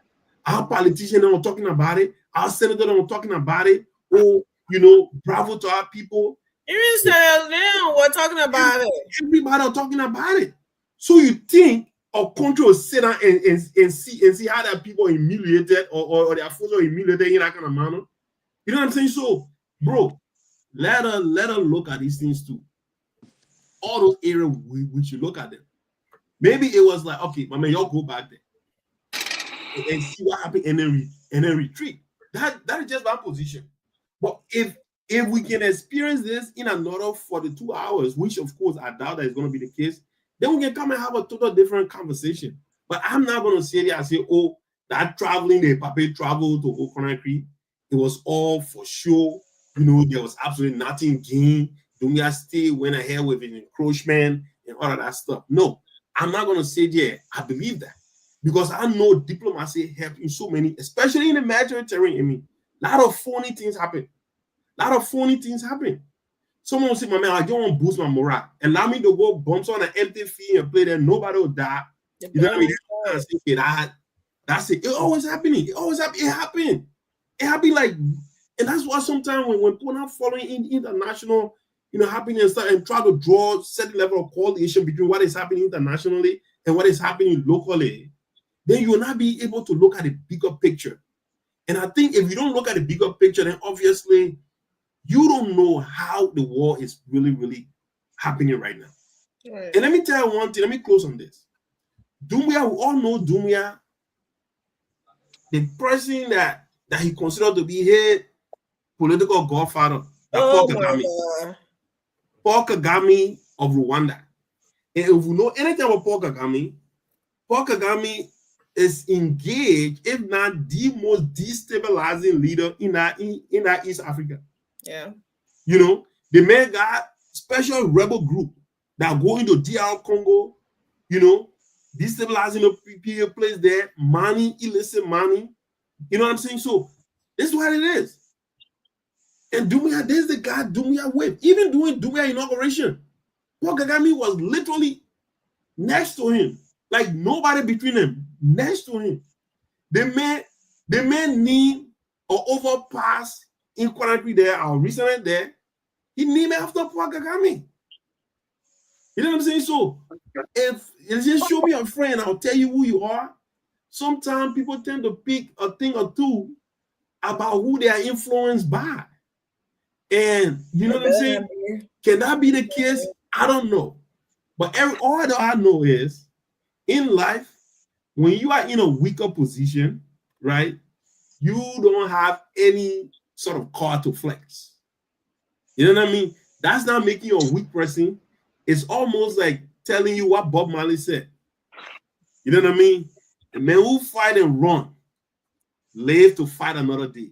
This one will be a wake-up call to Liberia that in times of peace, it's time for you to prepare for war. Oh, yes. Do not allow your military to be depleted. Where you go to IFE there, you don't see the men saying I'm playing checker and stuff. Nothing to do. You know what I mean? You don't have any war tank. You know what I'm saying? Like you, come on, man. Like we have to be realistic, Amy. You cannot put your sons and daughters into a war that you know very well you have no business putting them through. I'm not gonna sit there and say, yeah, let's go. Let's go. Let's show Dumia, let's show Guinea, let's show who got. Brother, that's somebody children and daughter that you want to send out there. Thank you. Don't go in the garden, don't go in rusty. That only going in the book, oh, Jim will be looking at going in just there to just deal protest. That's it. These are not real assault weapons, bro. We'll get how well a truck for them. But anyways, yeah, so that's a good you know, something to have in mind that we should go the diplomatic route first. When we're being near, when the knee get on our neck now, then that's a different thing. By the grace of God, we wish it doesn't happen, right? But this is where we are. But when I see some of these things, guys, I sit and wonder, this United Africa that people always talks about, would it ever happen? Like, would it ever never happen? Never. If other people can be doing this to the neighboring country, like you have a good relationship, we have a good relationship with Guinea. Damn that. And they're doing that, you know? So, I mean, the United Africa thing, we should just forget about it. I don't see it happening. Tribalism will make it will not work. I don't see it happening, and this is one of the good example of that, because who would I ever thought? Right? Why would not happen? Who would I ever thought something like this will happen between Guinea and Liberia? Like, who? That's our neighbors. Like, we run into them, they come into us. It just, but this is where we are, and we hope that and pray that everything just subside and our lawmakers start driving cars every 3 years and start putting our domestic staffs on payroll. They pay them enough money that they can pay their own domestic staff there in their home. They're giving you a salary. Then they're paying people in your home. Like, what is that? Yeah, they're entitled to employ. All of one, they're giving you a bunch of gas slip and yeah, they can give you all of those things and that's your benefit. But well, cut it down. Nobody knows $3,000 a month or whatever and stuff, and feeding your generator in your house. Ridiculous. It's crazy. That is a waste of money, resources. And then after you, it's like when you're in the government, when you work in government, you're a lawmaker, you're the only person who enjoying the country resources, right? You get everything free. You get, like, even bringing container in the country, it's free. Then the people who are not getting the common people who vote for you, who something, they have to pay thousands of dollars if they're making business or get that container in the country. That's why they don't care about those put of interest in when they're making deals, right? They make the most shittiest deal ever, and then George didn't pay for it, Amy paid for it, and the low market woman or man like going to China to come back, they pay for that. They don't care because they get their own free. They get a duty free, so that they don't care about that. All of that needs to cut down and focus on the Mediterranean. And whatever embargo, whatever that is, we passed that. If they don't see this as a reason to lift that nonsense, then I don't know who put that thing on there anyway. United Nations or what? We can't. They can't look at this and instead of still and think that they still need that on us. This cannot be, or unless they'll be there every time. As soon as getting gold power, they must be right there to do it. If they still want to keep it in that state, but I think we are mature enough to handle. Yeah, So, my time to come in, right? You mean, or you still? So handle that, yeah. So we should. That should be the next move and preparing. But let's go on and yeah, wrap it up and let's go on to Samuel Jackson. Whoever wants to. Yeah, I think, Yeah. let's move on. I thought I'm a ton to. Yeah, go Well, ahead. you don't mean to talking. But then, man, you guys say get more about information about Samuel Jackson. But you get more information like him, then you can go ahead. So if I don't get information on somebody else, I can speak. I say I'm not finished with that topic. We exhausted that topic. You have spoken twice on that topic. Let's move on. Go ahead, Morris. I'm feeling no more. You know, Amy, this argument that people having that Liberia is an old country, Liberia is an independent country, so Liberia can't go to Guinea or this and that. Look, even during the demarcation by the colonial powers, 1907, you know, when the colonial power, they were dividing the country, they say they land for you, the other one for you, the other one for you. They were doing that. Even during that 1907, by then Liberia already got independent, long time. But who represented Guinea? It was the French, it was the colonial power, the French people. They represented Guinea on that table to demarcate, to say the area for you, the area for you. Liberia was there represented by our foreign minister, a local government official. While the Guinea represented was the French power, the French people, they represented Guinea. They said they left for Liberia, they left for Guinea. And Liberia could have no option but to accept it. The same with the Sierra Leone side too. The British who represented the Sierra Leone and Liberia, they represented themselves. So that sides have always been, look, like Guinea and Liberia have had a very good relationship from time to time. Guinea have in fact, Guinea been sending soldier people to come Liberia to defend Liberian government. It's been happening. Even though during the Taylor time, the relationship turned sour, he sent people in over time. But even at that, Guinea relationship to Liberia has been very strong. All we are seeing, our government, our national leaders, not just the executive, not just the president, our political leaders, our lawmakers supposed to take the thing very serious. But instead, they're making mockery out of it. That's what I refer to that. Go ahead. I'll show you one video. We got people called themselves, they're Buffon, called themselves lawmakers, political. They're making mockery out of it. Instead of them coming together to say, no, we cannot allow, we have to cement the relationship between Guinea and Liberia because it has always been strong. We can't sit down for anything to happen, but instead, they all the one making mockery. And just lastly, the media too did not do well. We have to be very careful. The media, the social media, look, anything happen in our country, everybody will suffer. I don't even understand what are they understanding it. They feel just about government. The media, the way the media carry the thing, and the social media, they didn't really do it. I just hope they're able to come back to their side and say, you know what, this is about the country. I think that's what too. Yeah. War between Liberia and Guinea, trust me, it will not be something that anybody will imagine. I give it back to you. Absolutely. Let me play that video here real quick, guys, so we can just about just on what Maurice is talking about. Our famous lawmaker. You say Guinea will come for that land, right? The one you're campaigning for. So equal people cannot look at it. What's about that company?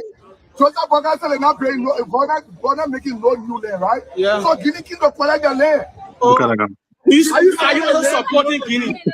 Are you supporting Guinea? Are you supporting Guinea? Anything that is legal. Joseph Boga said God is not making new land. So Guinea fee within and sell the land. So you see is legal? So they keep for the land. Where do you going to look for? You know, and they sell it just only for the airport people, right? So, are you listening to this dude? I support anything that is legal. So what Guinea is doing is legal, not in his sight. Okay. The man getting free money and you can talk nonsense. No, the main statement is clear. If it is not legal, he doesn't support it. Guys, let's be realistic. All right, John, say you want to go there.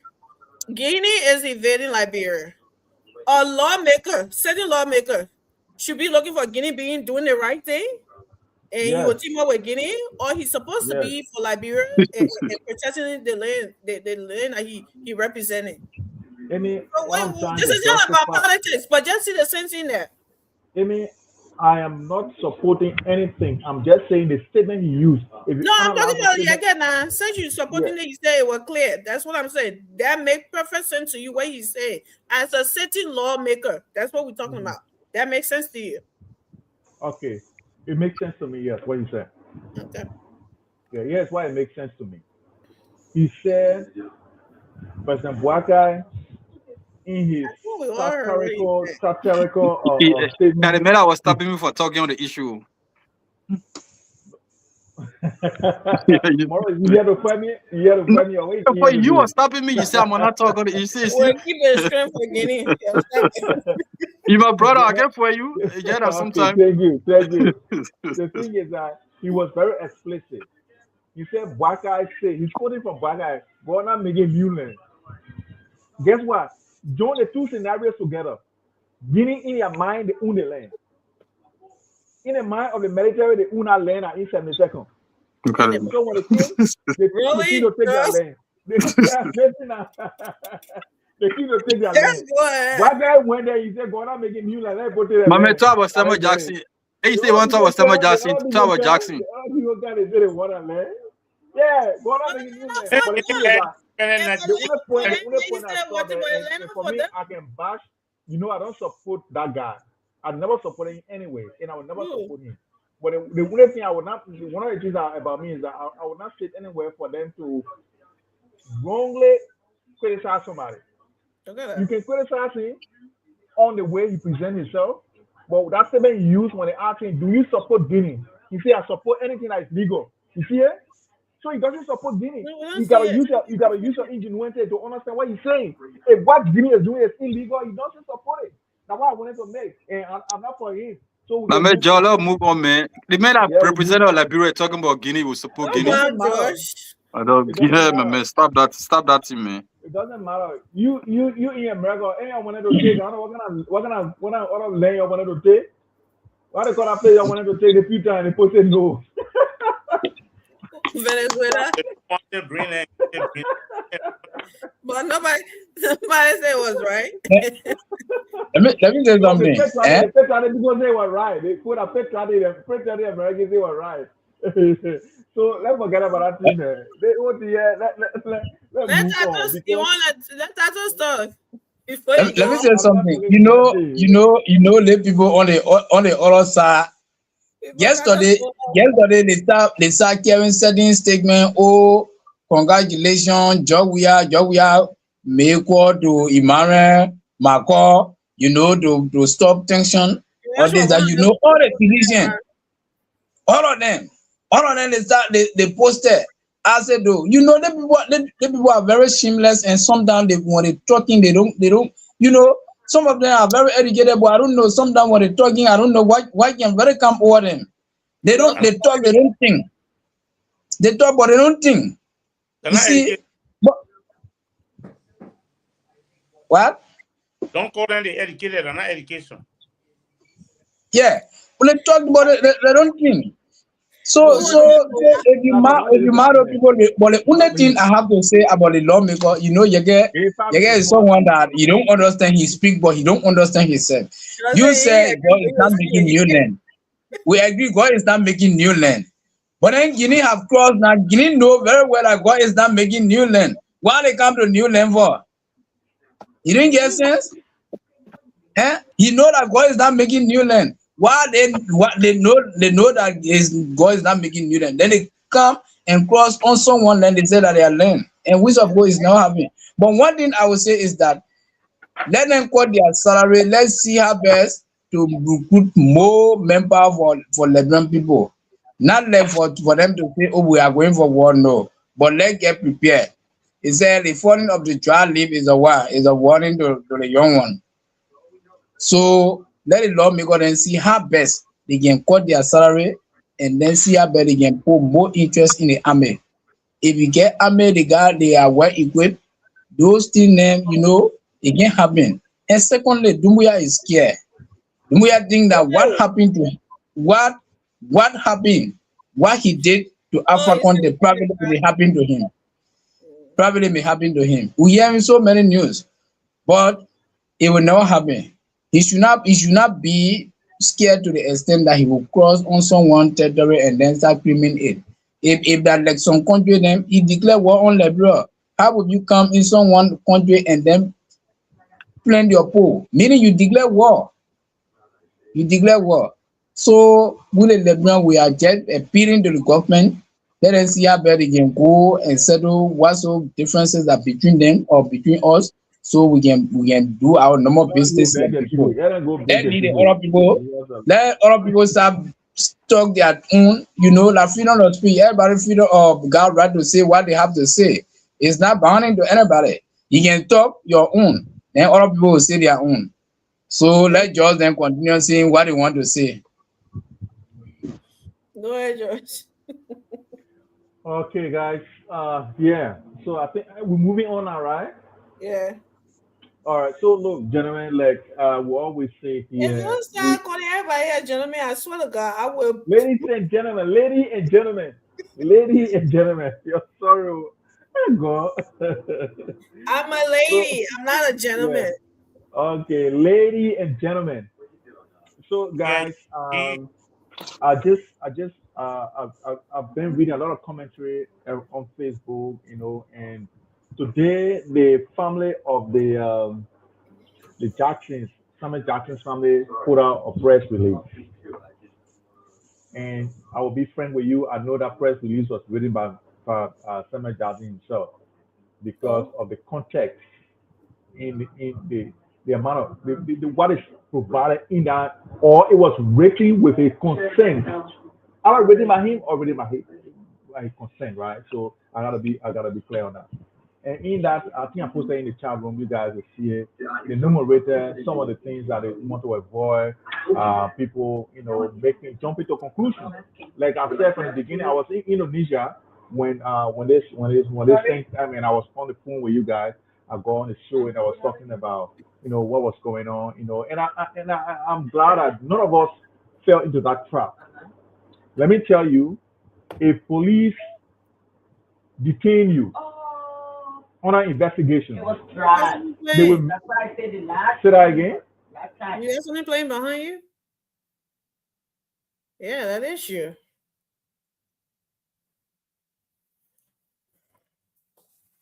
Sorry. Yeah. So when police arrest someone, always follow the trend. Or when they detain you for an investigative purposes, usually they will charge you before that 48 hours elapse. Usually, because that's when they put all the evidence together. Because that's the calculation. In two days when you cannot find the evidence that you need, that means you will not find it. That's what they call 48 hours. If anybody can watch it 48 hours, the murder thing that is on Netflix, they call 48 hours. In the first 48 hours, very crucial. Yeah, 48 hours, very crucial. You will find something, you either charge somebody or arrest somebody, right? So Samuel Jackson was released. He was released to the connaissance of his lawyers, right? And the only reason why that happened is because there was no evidence to charge him. And they are still looking. And that's what they would say, because investigation is never closed, right? You're still checking. But what I want to say is that those of us who became very emotional or emotionally charged, to render judgment on this man, I realized that the chicken is coming home to roost. Yeah, first 48 hours. Thank you, Electronics. We've realized that some of the things Samuel Jackson is a very boastful man, and I heard people online talking about he lied that a woman was a lawyer, which is not true again. The woman is actually the late Tony was a barrister. She got 2 degrees But what you does know, that have to do with anything, by the way? no, you know what? Guess what? Now? Because Amy, here's what happened. People try to discredit you, say you can lie. When they discredit you like that, that means they will take that. Hey, when A, let me say in algebra, we say A plus B equals C. Then they say that means C is, you know, you can do the congruent shape, right? You can I change it, yeah. understand. So when they discredit you on something, then that means they can get on a knock-on effect to discredit you on other things. So they say you are lying, he's a liar, he killed that woman, even the woman he laughed at the woman was there's the one another. So the thing is that what I want to say this time is that we are looking at maybe 60-40% of Samuel Jackson not being charged. And I want us to learn from this incident that when things happen, we should give the investigation the opportunity, investigator to investigate and find out what actually is evidential. Because now the public outcry nonsense is gone. Now we are looking at evidence. The evidence phase has come, and the evidence can now hold. So you see, that's what they're releasing. And I But just that's want why investigators don't always listen to public. The public. yeah, but guess what? They also exert People pressure. get Can you imagine? There was a huge protest at the police headquarters with women wearing black. Yes, women wearing black and saying that this was allegedly domestic violence. So we're protesting against Samuel Jackson and people talking about it. And these are the same people who are in Monrovia. When a little girl, a teenager, or even underage girl was allegedly raped, nobody went to protest. Nobody went to protest. Thank And the you. police ended up clearing that guy who did not even put in jail. Did not even go behind bars. So this is the situation that we have in Liberia. Why people use politics in everything. The same thing that happened during the CDC time. As soon as they put women in the street, they lie down on the ground in the rain, protesting. When you ask them, said they didn't even know why they went there to protest because somebody paid them to go there. And we caught them, they were giving a bag of rice in Jalatan. Yeah, they were Protest sharing about rest what? on them when they Just keep on come on. protesting. They were sharing rest on them. So these are the things that is making our society be polarized. Instead of people listening to the facts, some people will just use their influence and get in the public and say a lot of things. Thank you, And I just Josh. want to say again, shame onto Rufus Berry Oh, as a thank friend you. of somebody. If you know your friend is going wrong, you report, you make reports. Not for somebody to die, then you go report. They report not come from the hospital, they came from you. Thank you. Thank you. But well, the side of the domestic violence, that's part does exist though. We can't discredit that part. But go ahead, Mr. Davis. Okay. Yeah. I thought they got her good information now that they see it on the stream already. Can't talk about it. So let's say like this, Samuel Jackson and his wife, whatever, they've been moving from place to place. That certain thing we see most of the protesters saw on our lady that have domestic violence. From the picture, from other stuff. Yeah, it was. So the reason you see the people are protesting. And now compared to George Weah time, when they talk to Clark Weah, George Weah Oh boy. to protest. The former cultural ambassador they go protest and I talk about Clark Weah. So and not like that, you know. So let's say that the Liberia is a good country, but it not go for the security, it not go for poor people. It only go for rich people. Something that the rich people can go through it faster, the poor man not go through it faster. Mm-hmm. If I was some poor man, we don't even know whether he's still there or he's not there. They were putting us out and they turn around and rearresting that what they can do for the 8 hours for. Police people can release you, Amy can be going home. Then they rearrest you for another 48 hours. Because you're already been released. And you can be going home, they rearrest you for another 48 hours because they just want another 48 hours. You can do it. Police get power to do it according to the Liberian law. So the Samuel Jackson thing, the way I'm looking at it, They did not rearrest him. the only thing Samuel Jackson put grudge in some people's mind, and one of them in the police also, by saying that he killed her father. Because he openly said it. He's on social media that he killed her father. That's the reason we killed our Salim man for. I killed him. That's what he said. So that's some of the reasons that the man's son is in the police. His children then still living. Then he still killed their father. I got nothing to do with that, Mr. Davis. Eh? I said I got nothing to do with this case. I say it got something to do with the case, but one of the arresting officers, one of the members that want to go investigate, you are saying he killed his father. You are putting hole into that man's heart. That man's a security personnel. He can use to get rid of you. He said, man, I do it. You can use in Liberia, you can pay logo to beat people. There you go. I'm telling you, in Liberia, you want to beat somebody, pay them border now with the one foot, one hand to the supermarket, get them money, say when I make out that you see they don't owe you and beat you money. They can do it. They say call them cripple, you are laughing at them. Nothing you can do with them. They will tell you that they ought to do it. They pay somebody to beat you. They pay the boss and the cripple bought into the supermarket and said, I'll get a coming, you're going to be here for me. As soon as they get outside, they start beating you. They say you were laughing and then you call them cripple. And Okay. When my stun gun get them, then there was something. Stun gun can know where to stand for before it's strong. When you see them coming with you, will stay playing this step before you take your bed. I think already on the ground. That's a strong gun. I don't know where you take it from. Well, cripple. No, I just saying something. Okay. Like, how a lot of people can pay people like that to harm people in Monrovia. I know about it. Some people want stuff for people that the people they can use. As soon as you go in the supermarket, say that girl, go in the supermarket with that yellow hat. As soon as you come outside, they turn on you a stick. When the police come there and say she was laughing at all, she started calling her cripple, she started calling her, you can't defend yourself among almost 18 to 20 or in there. You say, I didn't do it, they say you do it. What are you talking about? No, I just said something. Oh, okay. But Samuel Jackson, I don't know what happened, what not happened. I don't want to make any decision. But some of the mark I saw on the woman, a lot domestic. If that is a real picture than not AI.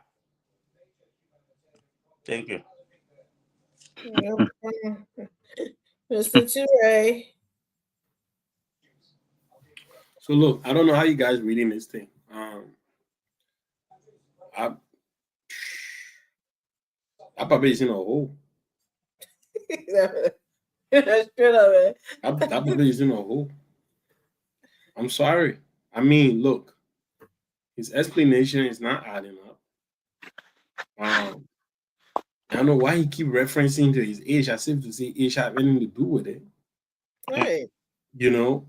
Age can kill. And to Mr. Davis's credit, that public confession he made over there to that Salif guy, that obviously that is a separate situation that he'll have to deal with. But notwithstanding this case, like in Josh, you see, according to the they can't keep the man for more than 42 hours. 42? 42 hours. But once they have established 48 hours. For 48 hours, right? But once they have established substantial evidence that in fact this guy is the culprit, they can lean a car going to your horse and pick him up right away and bring him back. You know what I'm saying? So all of what we are saying here, look at the Pape demeanor. Look at what this guy was saying. Look at how he was going back and forth with people that were just trying to give him some little advice. And this is not the time for you to be opening your stupid mouth. You think that social media thing, and oh man, you can respect yourself, right? Shut the F up. But all those that try to make that, advice to him and stuff like that, he went off on all of them, right? Number two, look at the sequence of how this thing unfolded. I mean, who gets so absolutely like inflame about police trying to gather evidence on a homicide that you, according to you, that you have absolutely nothing to do with it. Upon your arrival from OKFM, you saw your wife laying in pool of blood. But then you have problem with the police coming to your house. You know what I'm saying? The old man is, and our good friend Sandy wrote a piece on the issue. Don't remind me on ask anything there. I don't know whether you read it. Spoon actually carry it, right? And look, I read the thing. And for some of us, obviously, I'm not deeply rooted into social science as much as Sandy is. He's a PhD, actually a candidate in the field, so I'm not going to actually argue with him that much. But from just common sense perspective, right? Why we agree when some people deal with trauma so many ways, but it's through your so many ways that we also can actually capture some truth. Guilt. Mm-hmm. You know what I'm saying, right? So I totally agree. I'm a deal with grief differently, like you. Like for me, when someone passes away from me, I don't cry. You know what I mean? That is just me. I don't cry. Or maybe it's just a faith that I have that we all gonna die. It don't make sense for me to cry for you if I should pray for you, because life, obviously, we all gonna die at some point. So instead of me taking that time to cry, I take that time to pray for you. But through my man Sandy's piece, he said so many things. He said maybe Samuel Jackson is not taking the passing of his wife so lightly. He has become traumatized about the whole ordeal and stuff like that. And I'm like, so you want to tell me if you're going through that process, it's through that too we see some truth? Because he confessed it a 41-year old he admitted to a 41 years crime that was committed. Doing some of our darkest days. When they apprehended Mr. Salif, and the way he said it, it was absolutely embracing, bro. Look at the guy in his eyes. He said, "Look at it, damn one here. That one we kill your pa." That was very hard. That's exactly how he said it. We kill the other one pa. You know what I'm saying? So, I mean, Sam Jackson, I'm sorry, bro. And I know he said so many things. He said he gonna lawyer it up. He said he got some good people. And it seemed like, bro, we seen people saying, Sam Jackson gonna walk free because they got a representing him. That guy is very good. I'm like, bro. So you telling me the guy is so good? So just because the guy is a criminal lawyer and he's very good, he have a very good track record, that he can bury every evidence and still find that man not guilty. Oh man, Mr. Davis to turn the camera off. So it is. I mean, look, Amy, I will be so shocked when this guy is not found guilty. I mean, I will be shocked. Given everything that I know, especially that interview he had with Damo, that was it for me. I could not go any further to not believe that Sam Jackson did that stuff. When Damo asked him, "Did you and your wife fight?" My battery's about to die. I mean, I'm just gonna leave it at that. Yeah. Eric, Yeah, let me just. I think Samuel Jackson will be fun. You'll not be. Yeah. Let me just. That Yeah, my phone. I got like 10%. Let me get yeah. I get 10%. When you like, what you get? But you know, I listened to my brother George, right? And George shame the people that draw conclusion on the whole case. But I listened to my brother George. At the end of the day, George said Samuel Jackson will be 60 to 40% free. That's just conclusion right there. George he just said it right now. Samuel Jackson will be free. So the point here is that There's a chance. Yeah, it's still no, it's not a conclusion. It's not a let me conclusion. talk, man. I mean, there's chance. No, come on, man. There's probability. It's simple, man. It's simple. Let me talk about George. Let me talk. Look, when something happens, everybody have the right to issue, especially when the issue is in the public. Yeah. Everybody will talk. Everybody will say what they want to say. That's just it. You cannot stop people. People draw that conclusion. Whether you pull a probability or whatever, that's your conclusion. You conclude that probably Samuel Jackson will be free. It's still a conclusion, my brother. But however, look, the fact that Samuel Jackson was released after 48 hours is just a procedure. And Brother David said it right. It's just a procedure. It doesn't mean it mean anything. It ain't mean anything. And look, the thing here is that people are judged. Nobody is judged based on what you will do tomorrow. For the most part, they judge you based on your past. Mm-hmm. We know Samuel Jackson over the time. Samuel Jackson have been everybody know who Samuel Jackson is in the public. Mm-hmm.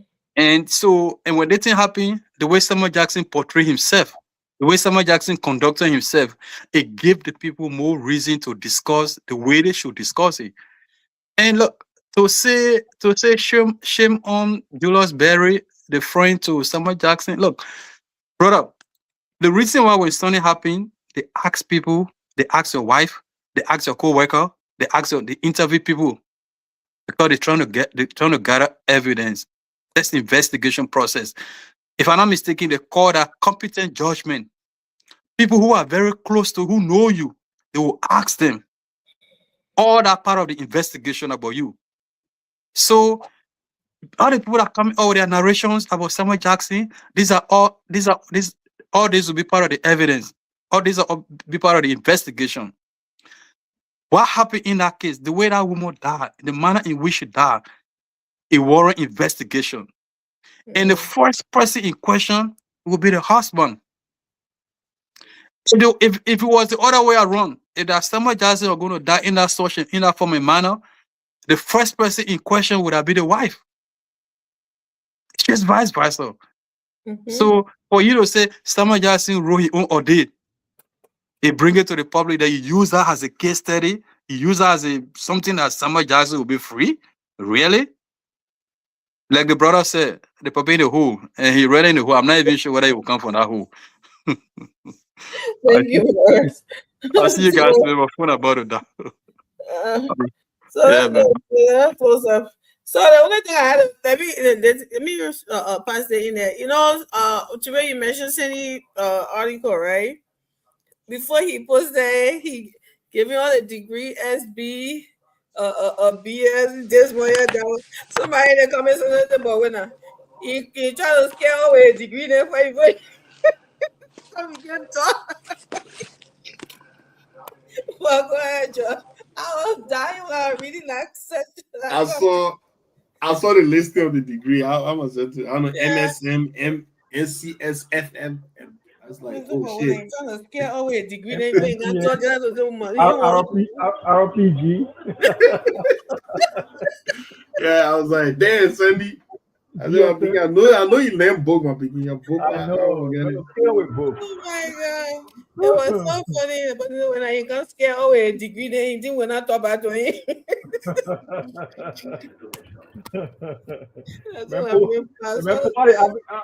Remember what the alphabet on You're trying to tell me I know what I'm talking about. Mentally. Okay, when Amy, they met finish. I think I have 4. Then after that, he said, I don't know the last one he said, doctoral candidate. Mm-hmm. That's that. I was like, oh shit. So they say, back off. This is not your area. Don't come.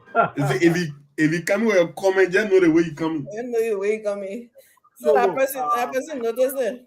Mhm. Yeah, to support Cindy, I agree with Cindy. And I mean, I even commented on his post. I agree with you. Everyone don't react to the same thing. Like my brother said, when somebody dies, when you can cry. When people see that, my man, you care that person, when you not cry, now you get it. You can be American and person being like brother, you get it. You see, that's the thing, yeah. Because they see that on the spectrum, on the wide spectrum, most people will cry. You get me? Once you not cry, you get the person. So, and that's the thing. And some people, when they are grieving, they can get angry. You know what I mean? Angry with themselves, with everybody around them, everything. For me, when I'm sad, I am very happy. Like when so much I get too much plenty sugar, I can be happy. Why I might not be somebody who will be aggressive to other people, I can just be happy. You know what I mean? When I'm worried, I get happy. I can talk. You know what I mean? I can be touchy. I can be touchy with people. It's just like that. And when people see that again, when somebody dies from me, I start touching people. I start, talking with people, laughing with people. They will just see that now when you're killing a person. Especially when the person myself, not in good term, or we used to have fight. Samuel Jackson was right. Every couple have a fight. Every couple, whether it's physical or emotional or whatever, there is a fight between couple. But when they ask you that sort of question, if you answer it doing investigation, the people will draw conclusion that the physical fight, that means you might have had him in that thing. That's why you refuse to answer that question. He said because his lawyer didn't want you to answer that question. And then you just know the dodger. Yeah, people try to trap you, especially during that's in minute.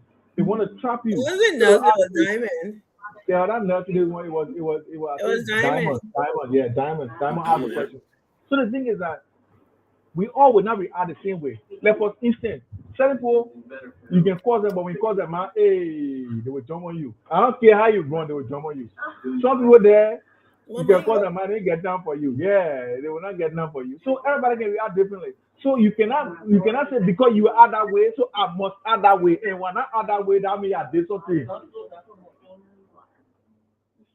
Yeah, so that's the problem. We cannot be judgmental like that. If Samuel Jackson did something, let the evidence show. But the way we see it now, usually my brother was right. When the police can release you after 48 hours, and while on your way out, they can arrest you. This time it did not happen. And usually they can arrest you for probable cause. Yeah. But guess what? The way I see it, they did not get a probable cause. Because for the fact What is do that. you mean? They already made it clear, man. Gregory Coleman made it very clear.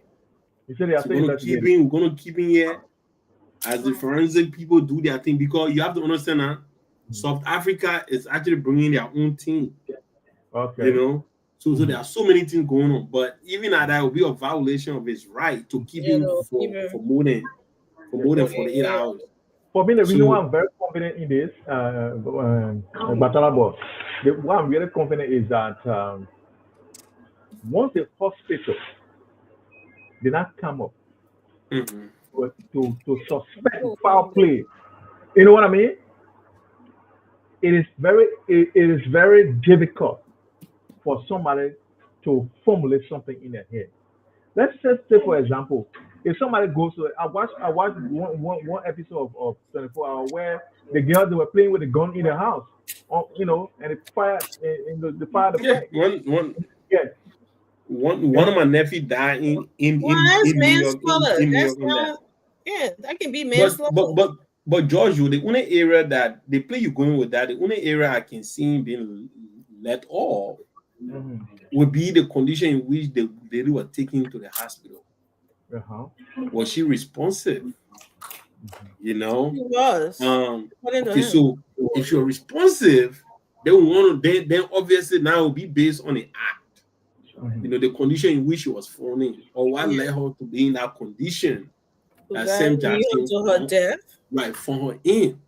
And now he said he walked in, she was literally, not literally, she was naked, according to his admission, that she was naked. Right. And now if you are In a naked and pool you, of blood on the bed. right, and you also have complaint, you told people publicly that your wife was naked. Don't you think it would interest people to actually look and see what's up? What different will it be when she's not naked? No. The thing is, maybe somebody It could could say be maybe so much thing, yeah. someone could say maybe a rape, Yeah, or being rape. raped. You know what I'm saying, right? So he said that people went and started looking at his wife's genital, bro. I mean, my man. There's a late night show. I know. He said the woman was naked. So if you go see someone in a pool of blood in their room naked, maybe somebody will say someone trying to force themselves on her, and she was trying to fight off, and the person might have badly injured her. Yeah. So so people, there are a lot of things. So people are trying to all the police. So, Batarabo, for me, when I'm doing analysis, I listen to details keenly, right? And I look at the probability and the possibilities, right? So, according to an explanation, right, he came from there, before he could leave the OKFM, because I was listening to him on OKFM, I was watching him on OKFM when he was there, right? I watched the entire show. And then he said, because she was going for a wedding that day, so he called his wife to tell her, get ready, let's go. She did not pick up. He called the people in the house, the workers in the house. Right. Can you go to my wife's door and tell her, to get ready to go shopping for the program today? And the president said maybe she was sleeping. Yeah, the president said the door is locked. So she said that means people were in the house. So we can rule out intruder, looking at the position of the house, right? We can rule out intruder. Once the window was not broken into or something like that, you gotta rule that out. Then we see that. Then we look at the possibility of why was she naked? Okay, her husband called her to get ready to go shopping. She might have come from the shower, bathroom, and she did her hair. I've said that. So those are And her hair on what, George? She was found in the bed. No, they said half of her body was on the bed, half of half her body on the bed, half on the ground. According to him, he said she was like this. Yes. So you see, when you look at that picture of things, you try to draw conclusion from those things, and have an hypothesis. That means the best guess that you can get, right? So when he came home, we dishonest. Wait now, did she felt sitting on the bed to sustain that kind of, and then if she fell on the bed, did she just back in that position? Listen to Ray. Where that mark is, George. Where that mark is in the middle of her head, nobody falls and hurt themselves in the middle of her head. From the back or your frontal, that's the frontal lobe, that's a different. But here, I got a lot of questions about that. Yeah, Amy, that was the operation they did at but wait now, so you want to tell me she had a cut there? Amy, that's what they do in section. Okay, George, let me ask you. Did she have a cut there? I come into Ray. If there was no cut, George, where was she bleeding from? Okay. I don't know. You don't know. So here's the thing, right? So that's the one cut we see on her. Yeah, so listen now. So let me finish. It said she was semi-conscious, right? Took her from there, put her in the car, took her to Cali. They did a CT scan, they said, oh no, she got hemorrhage in the brain, right? And we cannot do that operation because we don't have medical person yet, or doctor that can do that, right? So it's the high side calling ambulance that could put oxygen on her in the ambulance to take her to GSK. I get that part though. Yeah. So what I don't get is she was in a pool of blood. Yeah. And this is the one blood was in a split. Yeah, but so if that was not already there, where was she bleeding from? Amy, you didn't see all the other places. That's the only place you see on her head, right? Come on, George. If they can show her chest, her breast, and everything, that other place that she was caught, they couldn't show, they'll show everything on her. And everything else that was on her was all bruises. That was the only cut she had. Yeah, so if Amy, he said from his own lips that she was in the pool of blood, I am guessing, I don't know. That's the only place we see split. So that's the only place she could possibly be bleeding from. Nowhere else. So Amy, that sort of split you saw on that girl is something I hated to give her that split. You think she was even going to survive before he got to the house? She was going to bleed out until she died. No, I mean, look at that split. I still got the That's why picture she here on my was phone. came out That split is almost from ear to ear, almost. No, it's not from ear to ear. It's a big It's in the split. middle or something. I don't like to show her picture because I think people Yeah, should myself, respect her. I don't like I don't like that. to do I that. think that don't like was to do very that. disrespectful the way they were showing her pictures around like Yeah. that. But the cut is from actually something here, and that is in the middle of her head.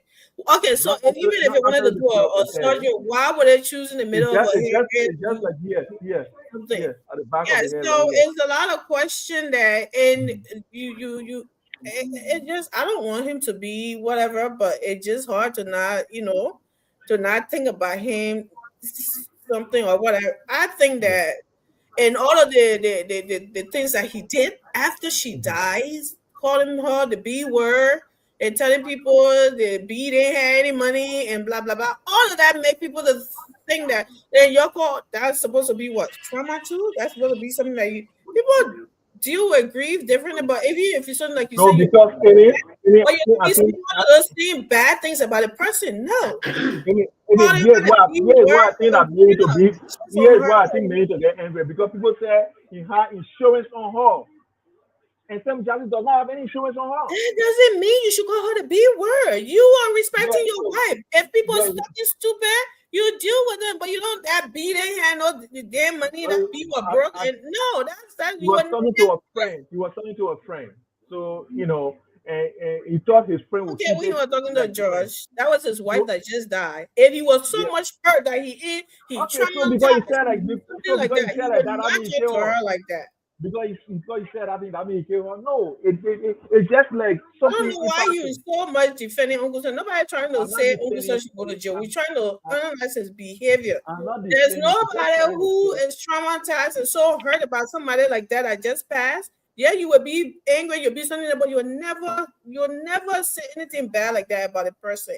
That's what I'm saying. I'm not saying he killed her or whatever. He could have. He may be innocent too. I don't know, but it's just the things that he said about her. It was just out of this world crazy for somebody who I just loves his beloved wife, like people want us to believe. So, yeah. Look. Anyway, look, guys, it's a wonderful show. We come here to argue it out because we have our own opinions. You know what I mean? And nobody, I don't expect anybody to agree with me, but I just want to voice my opinion out because guess what? At the end of the day, there is a truth somewhere in the middle, right? So we hope that this case gets justice. They gets justice. Whoever is accused gets justice, and we can move on from this. And it's a warning to us that there are opinions out there about us that we don't know about, and only because of what we stand for, people will get opinion about us, and we have to take that into consideration in any action we take in our lives, personal life, or there's some friends that you see live with you today. They will dump you in tomorrow for no reason, only because they disagree with you for something. No reason. You already concluding that this man friend lied on him, George. No, I'm not concluding. I said May. I said May. So why were you made that part of it? Why were you made that? Why would it make this? I'm not talking about him. I'm talking about us as individuals, as people. I never heard you talk about him today. No, I'm not talking about him. You talking about, when you said shame on him today, I would want to, in Liberia, and that's what people shouldn't do a lot, like domestic violence. They always say, that husband and wife thing, and they will leave it because they think that's normal. I think that's what he was doing. He thought that talking to his friend would be here. Oh, that's his friend. He could, you yourself here, George. You would have never done that to your friend. So if you had something to say to him, you would say to him, but you would never run to the police. Oh, my friend, you're abusing what? You would not do it. I don't care what you tell me here. Nobody would do it. That's the mistake that we made because we think it's just an ordinary thing. It's normal. You know how people get like, oh, that husband and wife thing. They will fix it. And then, unfortunately, sometimes, I'm not saying Uncle Sam did anything to his wife. We don't know yet. But sometimes they end up in a bad place and he start regretting and say, so maybe that could be what happened to this guy. And his conscience couldn't set him free. He felt like he had to say something. Yeah, in Australia, we have a law here. Amy, on two occasions, you see something, you must say something. If you don't say something, if you hear something, see something, you must say something. Especially for domestic violence, right? if you don't report it, if it's discovered that you knew and they not report it, you can go to jail for that. Yeah, that's the law of the land. I hope we can get a Yeah, law they in should- Liberia as well. I hope we can get a law in Liberia. That as gentleman should have just done himself a favor and just shut the F up. well. Right. Exactly. I'm sorry, Amy. He did not help himself because number one, not one, but 2 occasions, Yeah. 2 times, bro. I mean, look, man, I got sisters, and I literally just get with my daughter coming, that changed my whole perception about life. You know what I'm saying? I mean, look, man, you can be my friend, and maybe that is just a Western orientation, especially being in America, where it's like, if you see something, you should say something. Bro, man, I went like, bro, right across the street, a neighbor beginning to tell me that there was a child there that they were abusing systematically. Guess what? I went to the police office. I went to the police depot. I swear to God, pay 2 officers way to counter the yard. You know what I mean? The men say, okay, you know what? Because they want here, we can, you know, you will get past and then just tell the horse and stuff. You know what I mean? Ain't that gonna wait so that they can't. No to that. Yeah, I mean, They I get did that. Wait, do you? Your thoughts, yeah? So wait now. So the phone. The whistleblower. They want to protect the whistleblower. But you see, at the end of the day, I mean, we have to, like, when you see wrong, you do wrong. I mean, you Yeah, actually say maybe something. This lady with them, the lady is not in school. She's of school age, right? Her children going to school. They get with told what to sweep the yard, go in the market back. You know, and when they ready, she and her daughter, they can just beat the lady, beat her badly. I mean, I'm talking about injuring her. No, So, I like, was you know what I mean? saying that's horrible. You know, and for me, I literally could not take it. Then I the will. children to me in the yard. I'm not gonna hide myself. I'm gonna say something. Then guess what though? The Oh. children to me in the yard, the children say, anytime you see the lady get lost in the yard, right? Just know that they finish beat her and bloody her. So they keep her inside until when she heals. Oh my gosh, they could kill her. You know what I'm saying? That's how gutless and That's so absolute, evil. you know, evil people are. And when I did that, I went to the police office. I went, man. Like around Johnsonville, like going. I'm not hiding myself, Teray. I'm going there in clean clothes, and tell. I'm not gonna hide myself. Maybe I told her, I said, look, man, I think there's a child abuse going on, S, Y, and Z. You know, but I mean, these are things, and that's why some of our agencies in our country, they just eating free money. They cannot show you nothing. Look at the NSA. I was literally just watching a documentary done by Focus on Africa. This guy in Atlanta, he did a research into the NSA from Ellington, 190 million gone unaccounted for. You know what I mean? What? Oh yeah, because you have to understand that Ellen created that because it's like America here, right? The Pentagon budget, it cannot be they manage, you can't audit them because they do so many things with their budget. They do so many, you know what I mean, something around the world with their budget. So you can't audit. You can say what did you use 500 million for? Yeah. You know what I mean? They will not tell you, oh, I pay George $300,000 to go spa in Denmark. So that's the reason why you don't audit those people. So Ellen created a SIN system where that boy they put money there. Whether it was her time, President Weah time, and now you know what I mean, JMB, they can't audit them. You know, but what are they doing? You would think $190 million. Other than to stop it, they say, oh, you know what I mean, $190 million. Blah. Some of that money could go to actually get some, you know, to strengthen the military and build the military up, right? And then what happened? Even the AFL money, what happened? AFL money that they were taking money from the people's salary, small money, for retirement. Eh? Anyone realized? And then what happened?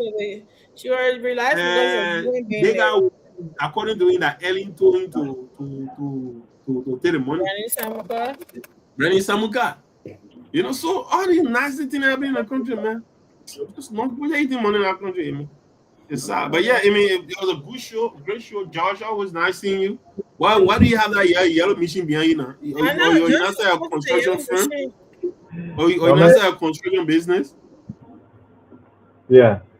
Okay, that's cool, brother. That's the logo. That's the logo, yeah. The logo there, that's good. That's good. What do you want to build? That's on a logo too. Yeah. What you gonna build?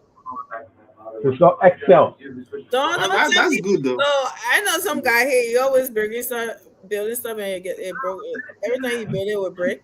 Is he going like, brother, open construction company? You want to build bridges? I say, please tell me what the bridges will be so I can drop. I hope. So I can afford it. I hope you not want to get called by engineer. No. As a phone, I will not even be working. You know what I mean? I mean, George, I know you. If you're gonna do anything, you're gonna do it right. You know what I mean? And that's what it is, man. But look, there's the thing though. Real estate, one of the things I really making money in Africa. Like you see Ghana, Nigeria, those boys are making money. Oh, the Nigerians are there, yeah. Those boys are making money, George. Yeah, people try to patronize them, but they are worse than most of them. Like try to be crooked, try to steal your material, and then when you go see your project, there's some funny thing that you don't even ask for, and then but how we can do it? If we're already smart, right? And that's something like bro. How am I going to use my high-end money, George, that I suffer for to go say I'm patronizing Liberian people when you're not doing it right? You can't get money to waste. They poor. I'm looking for somebody else who knows how to do it well. They poor and start the construction company and are building these community homes and let's say like gated communities there and selling houses for like $35,000, like $40K. This guy, you know what I'm saying? So I think it makes sense, especially if you're in the diaspora and they're actually doing a mortgage start thing too, right? You know what I mean? So I mean, it helps people to get homes and stuff. As you retire, you don't have to pay your bank account to build a house. You can pay on a monthly basis and stuff like that. I think that's yeah, but it's a certain percentage. I think you pay. That's a good way to actually go about it. If you're building a house, let me know. We can build it for you, and you have a wonderful house. It will be a Western-looking house. And I'm not nonsense. Why when the pink can go touch the lead ball, then they keep it for that. George, you have to convince me. Joe, you have to convince me that it's gonna be soundproof. So it's in the middle of the night. I will not be hearing buy a Lone Star Mini, Orange Mini. I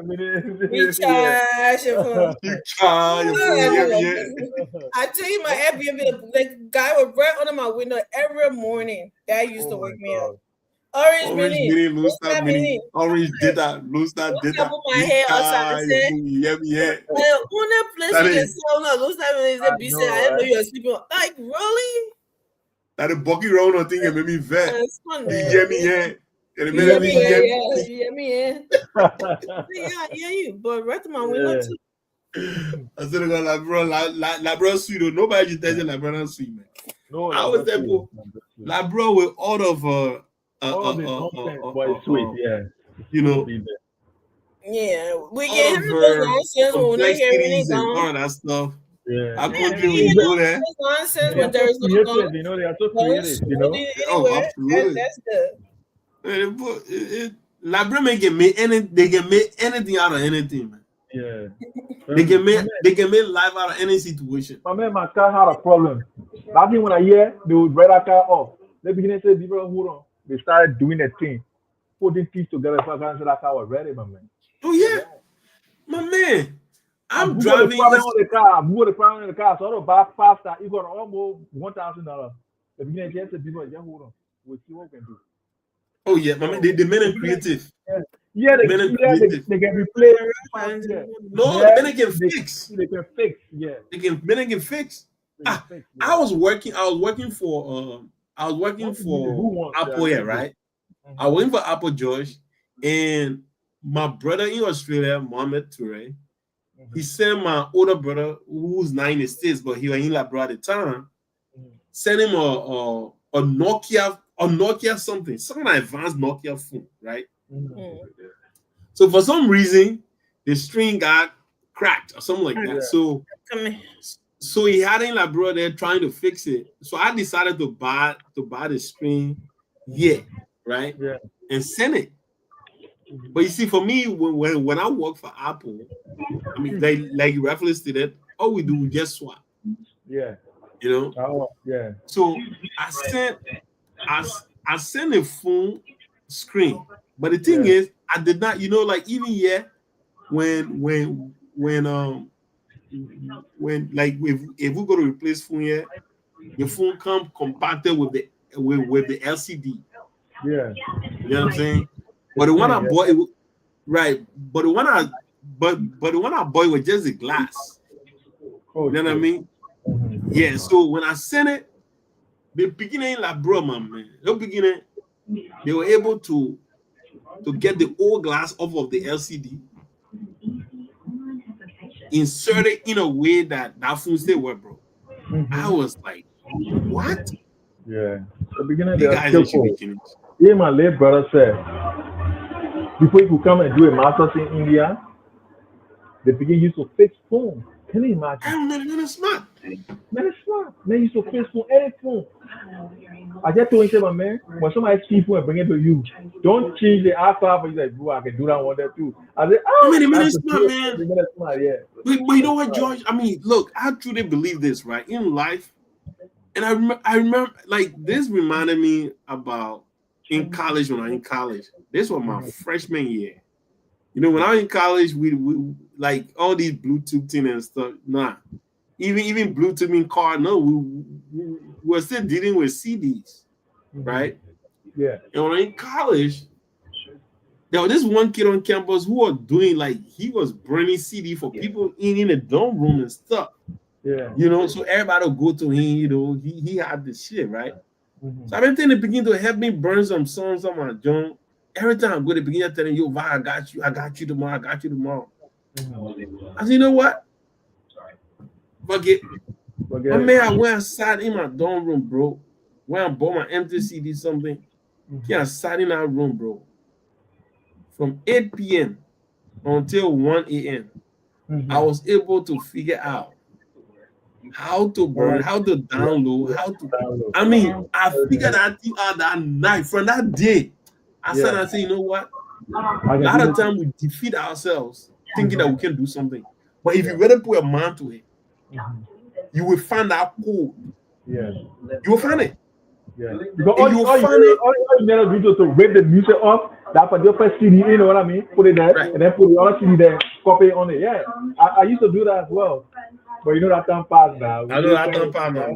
You can't go by that. But that was a deal. That was a deal.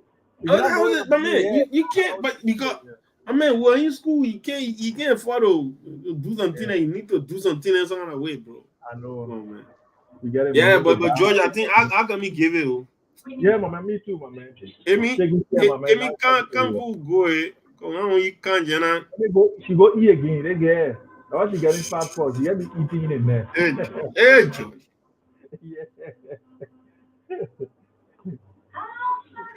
Amy, where are you?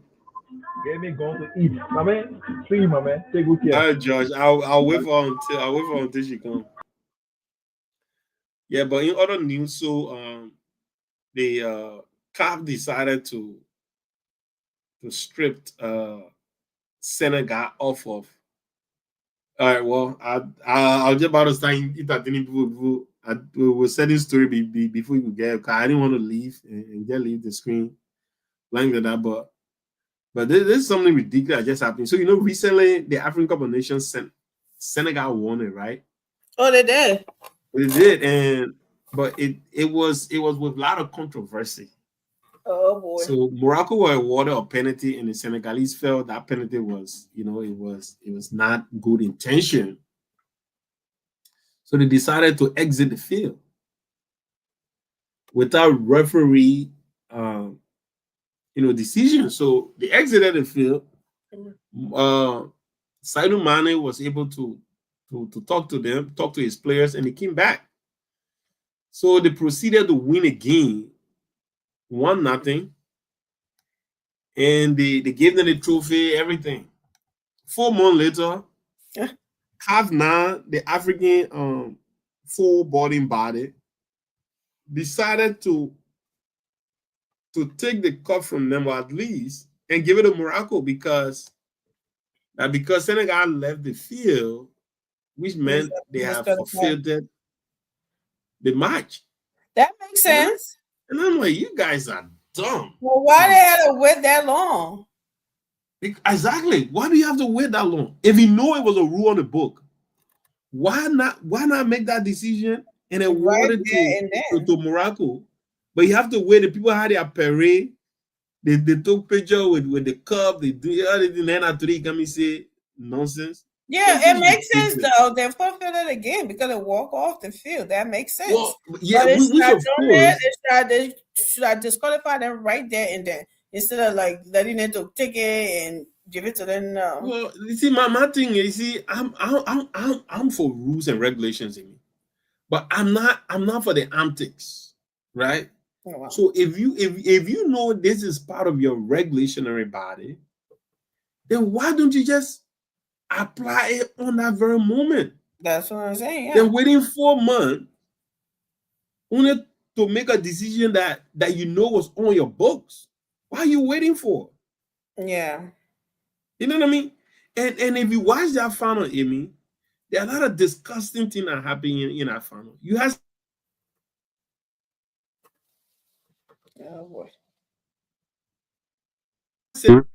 trying to take the guy towel.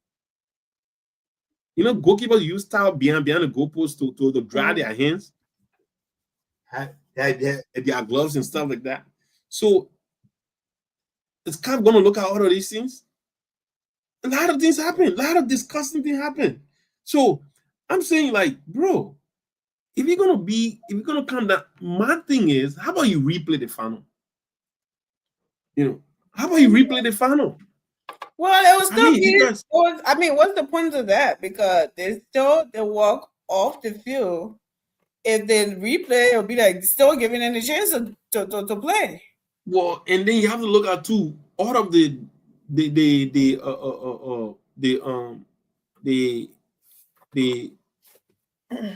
distress that they were able to put the Senegalese goalkeeper under. Because just Google right now after they live, right? Just Google that final. See some of the disgusting. They were fighting goalkeeper and all. I'm telling you, it was disgusting. Was it really needed? I bet. I've never seen anything like it. You know, I've never seen anything like it. African Cup of Nations. Watch Champions League. Hey, electronics. I do, bro. I'm very into it. Some part of Africa, voodoo is involved in football, bro. Wherever Africans are, there'll be voodoo. Somebody will just feel like they got some kind of power. Even though I don't believe in it, but I still don't overlook it. If they were doing that, that signifies something, though. No, but look, everybody do their belief thing, you know. You gotta want to win that game, though. But towel is something that every goalkeeper put behind their goalpost. You know what I mean? But I think Morocco was targeting the guy because that day was raining. They didn't want to go what behind the goalpost did he have it? Huh? What behind the goalpost did he have the towel? Even European even white goalkeeper they can have towel behind their goalpost. Then why would they make that is not some kind of African thing. Okay, goalkeeper put towel behind it. Issue out of it. Even now and then they'll grab the towel and web their glove because sometimes you can get mushed on it. You know, the African man who are taking it onto the next level. Nah, but you can't. But literally, the team sent a Moroccan player, Kim. He or not playing you. Kim and stand behind the Senegalese goalkeeper, trying to get him a towel. Nah, yes, that's how disgusting it was. Then their fan and two started coming down behind the goalpost. What? to try to fight. Yeah. Yeah, it was crazy that game was out of control. That But I mean, good night, man. We'll reconvene thank you tomorrow. so much for being here. It's You're very welcome. and George and I entertain. I will see you guys. God's willing was Yeah. Thursday maybe. Hopefully we'll Guinea will see sorry for us and move and start picking for us. But anyways, good night, y'all. Let's pray for our country and pray for our continent. That's all I can Pray say. for peace, everybody. Yeah. Good night. All right. Good night. To our viewers also.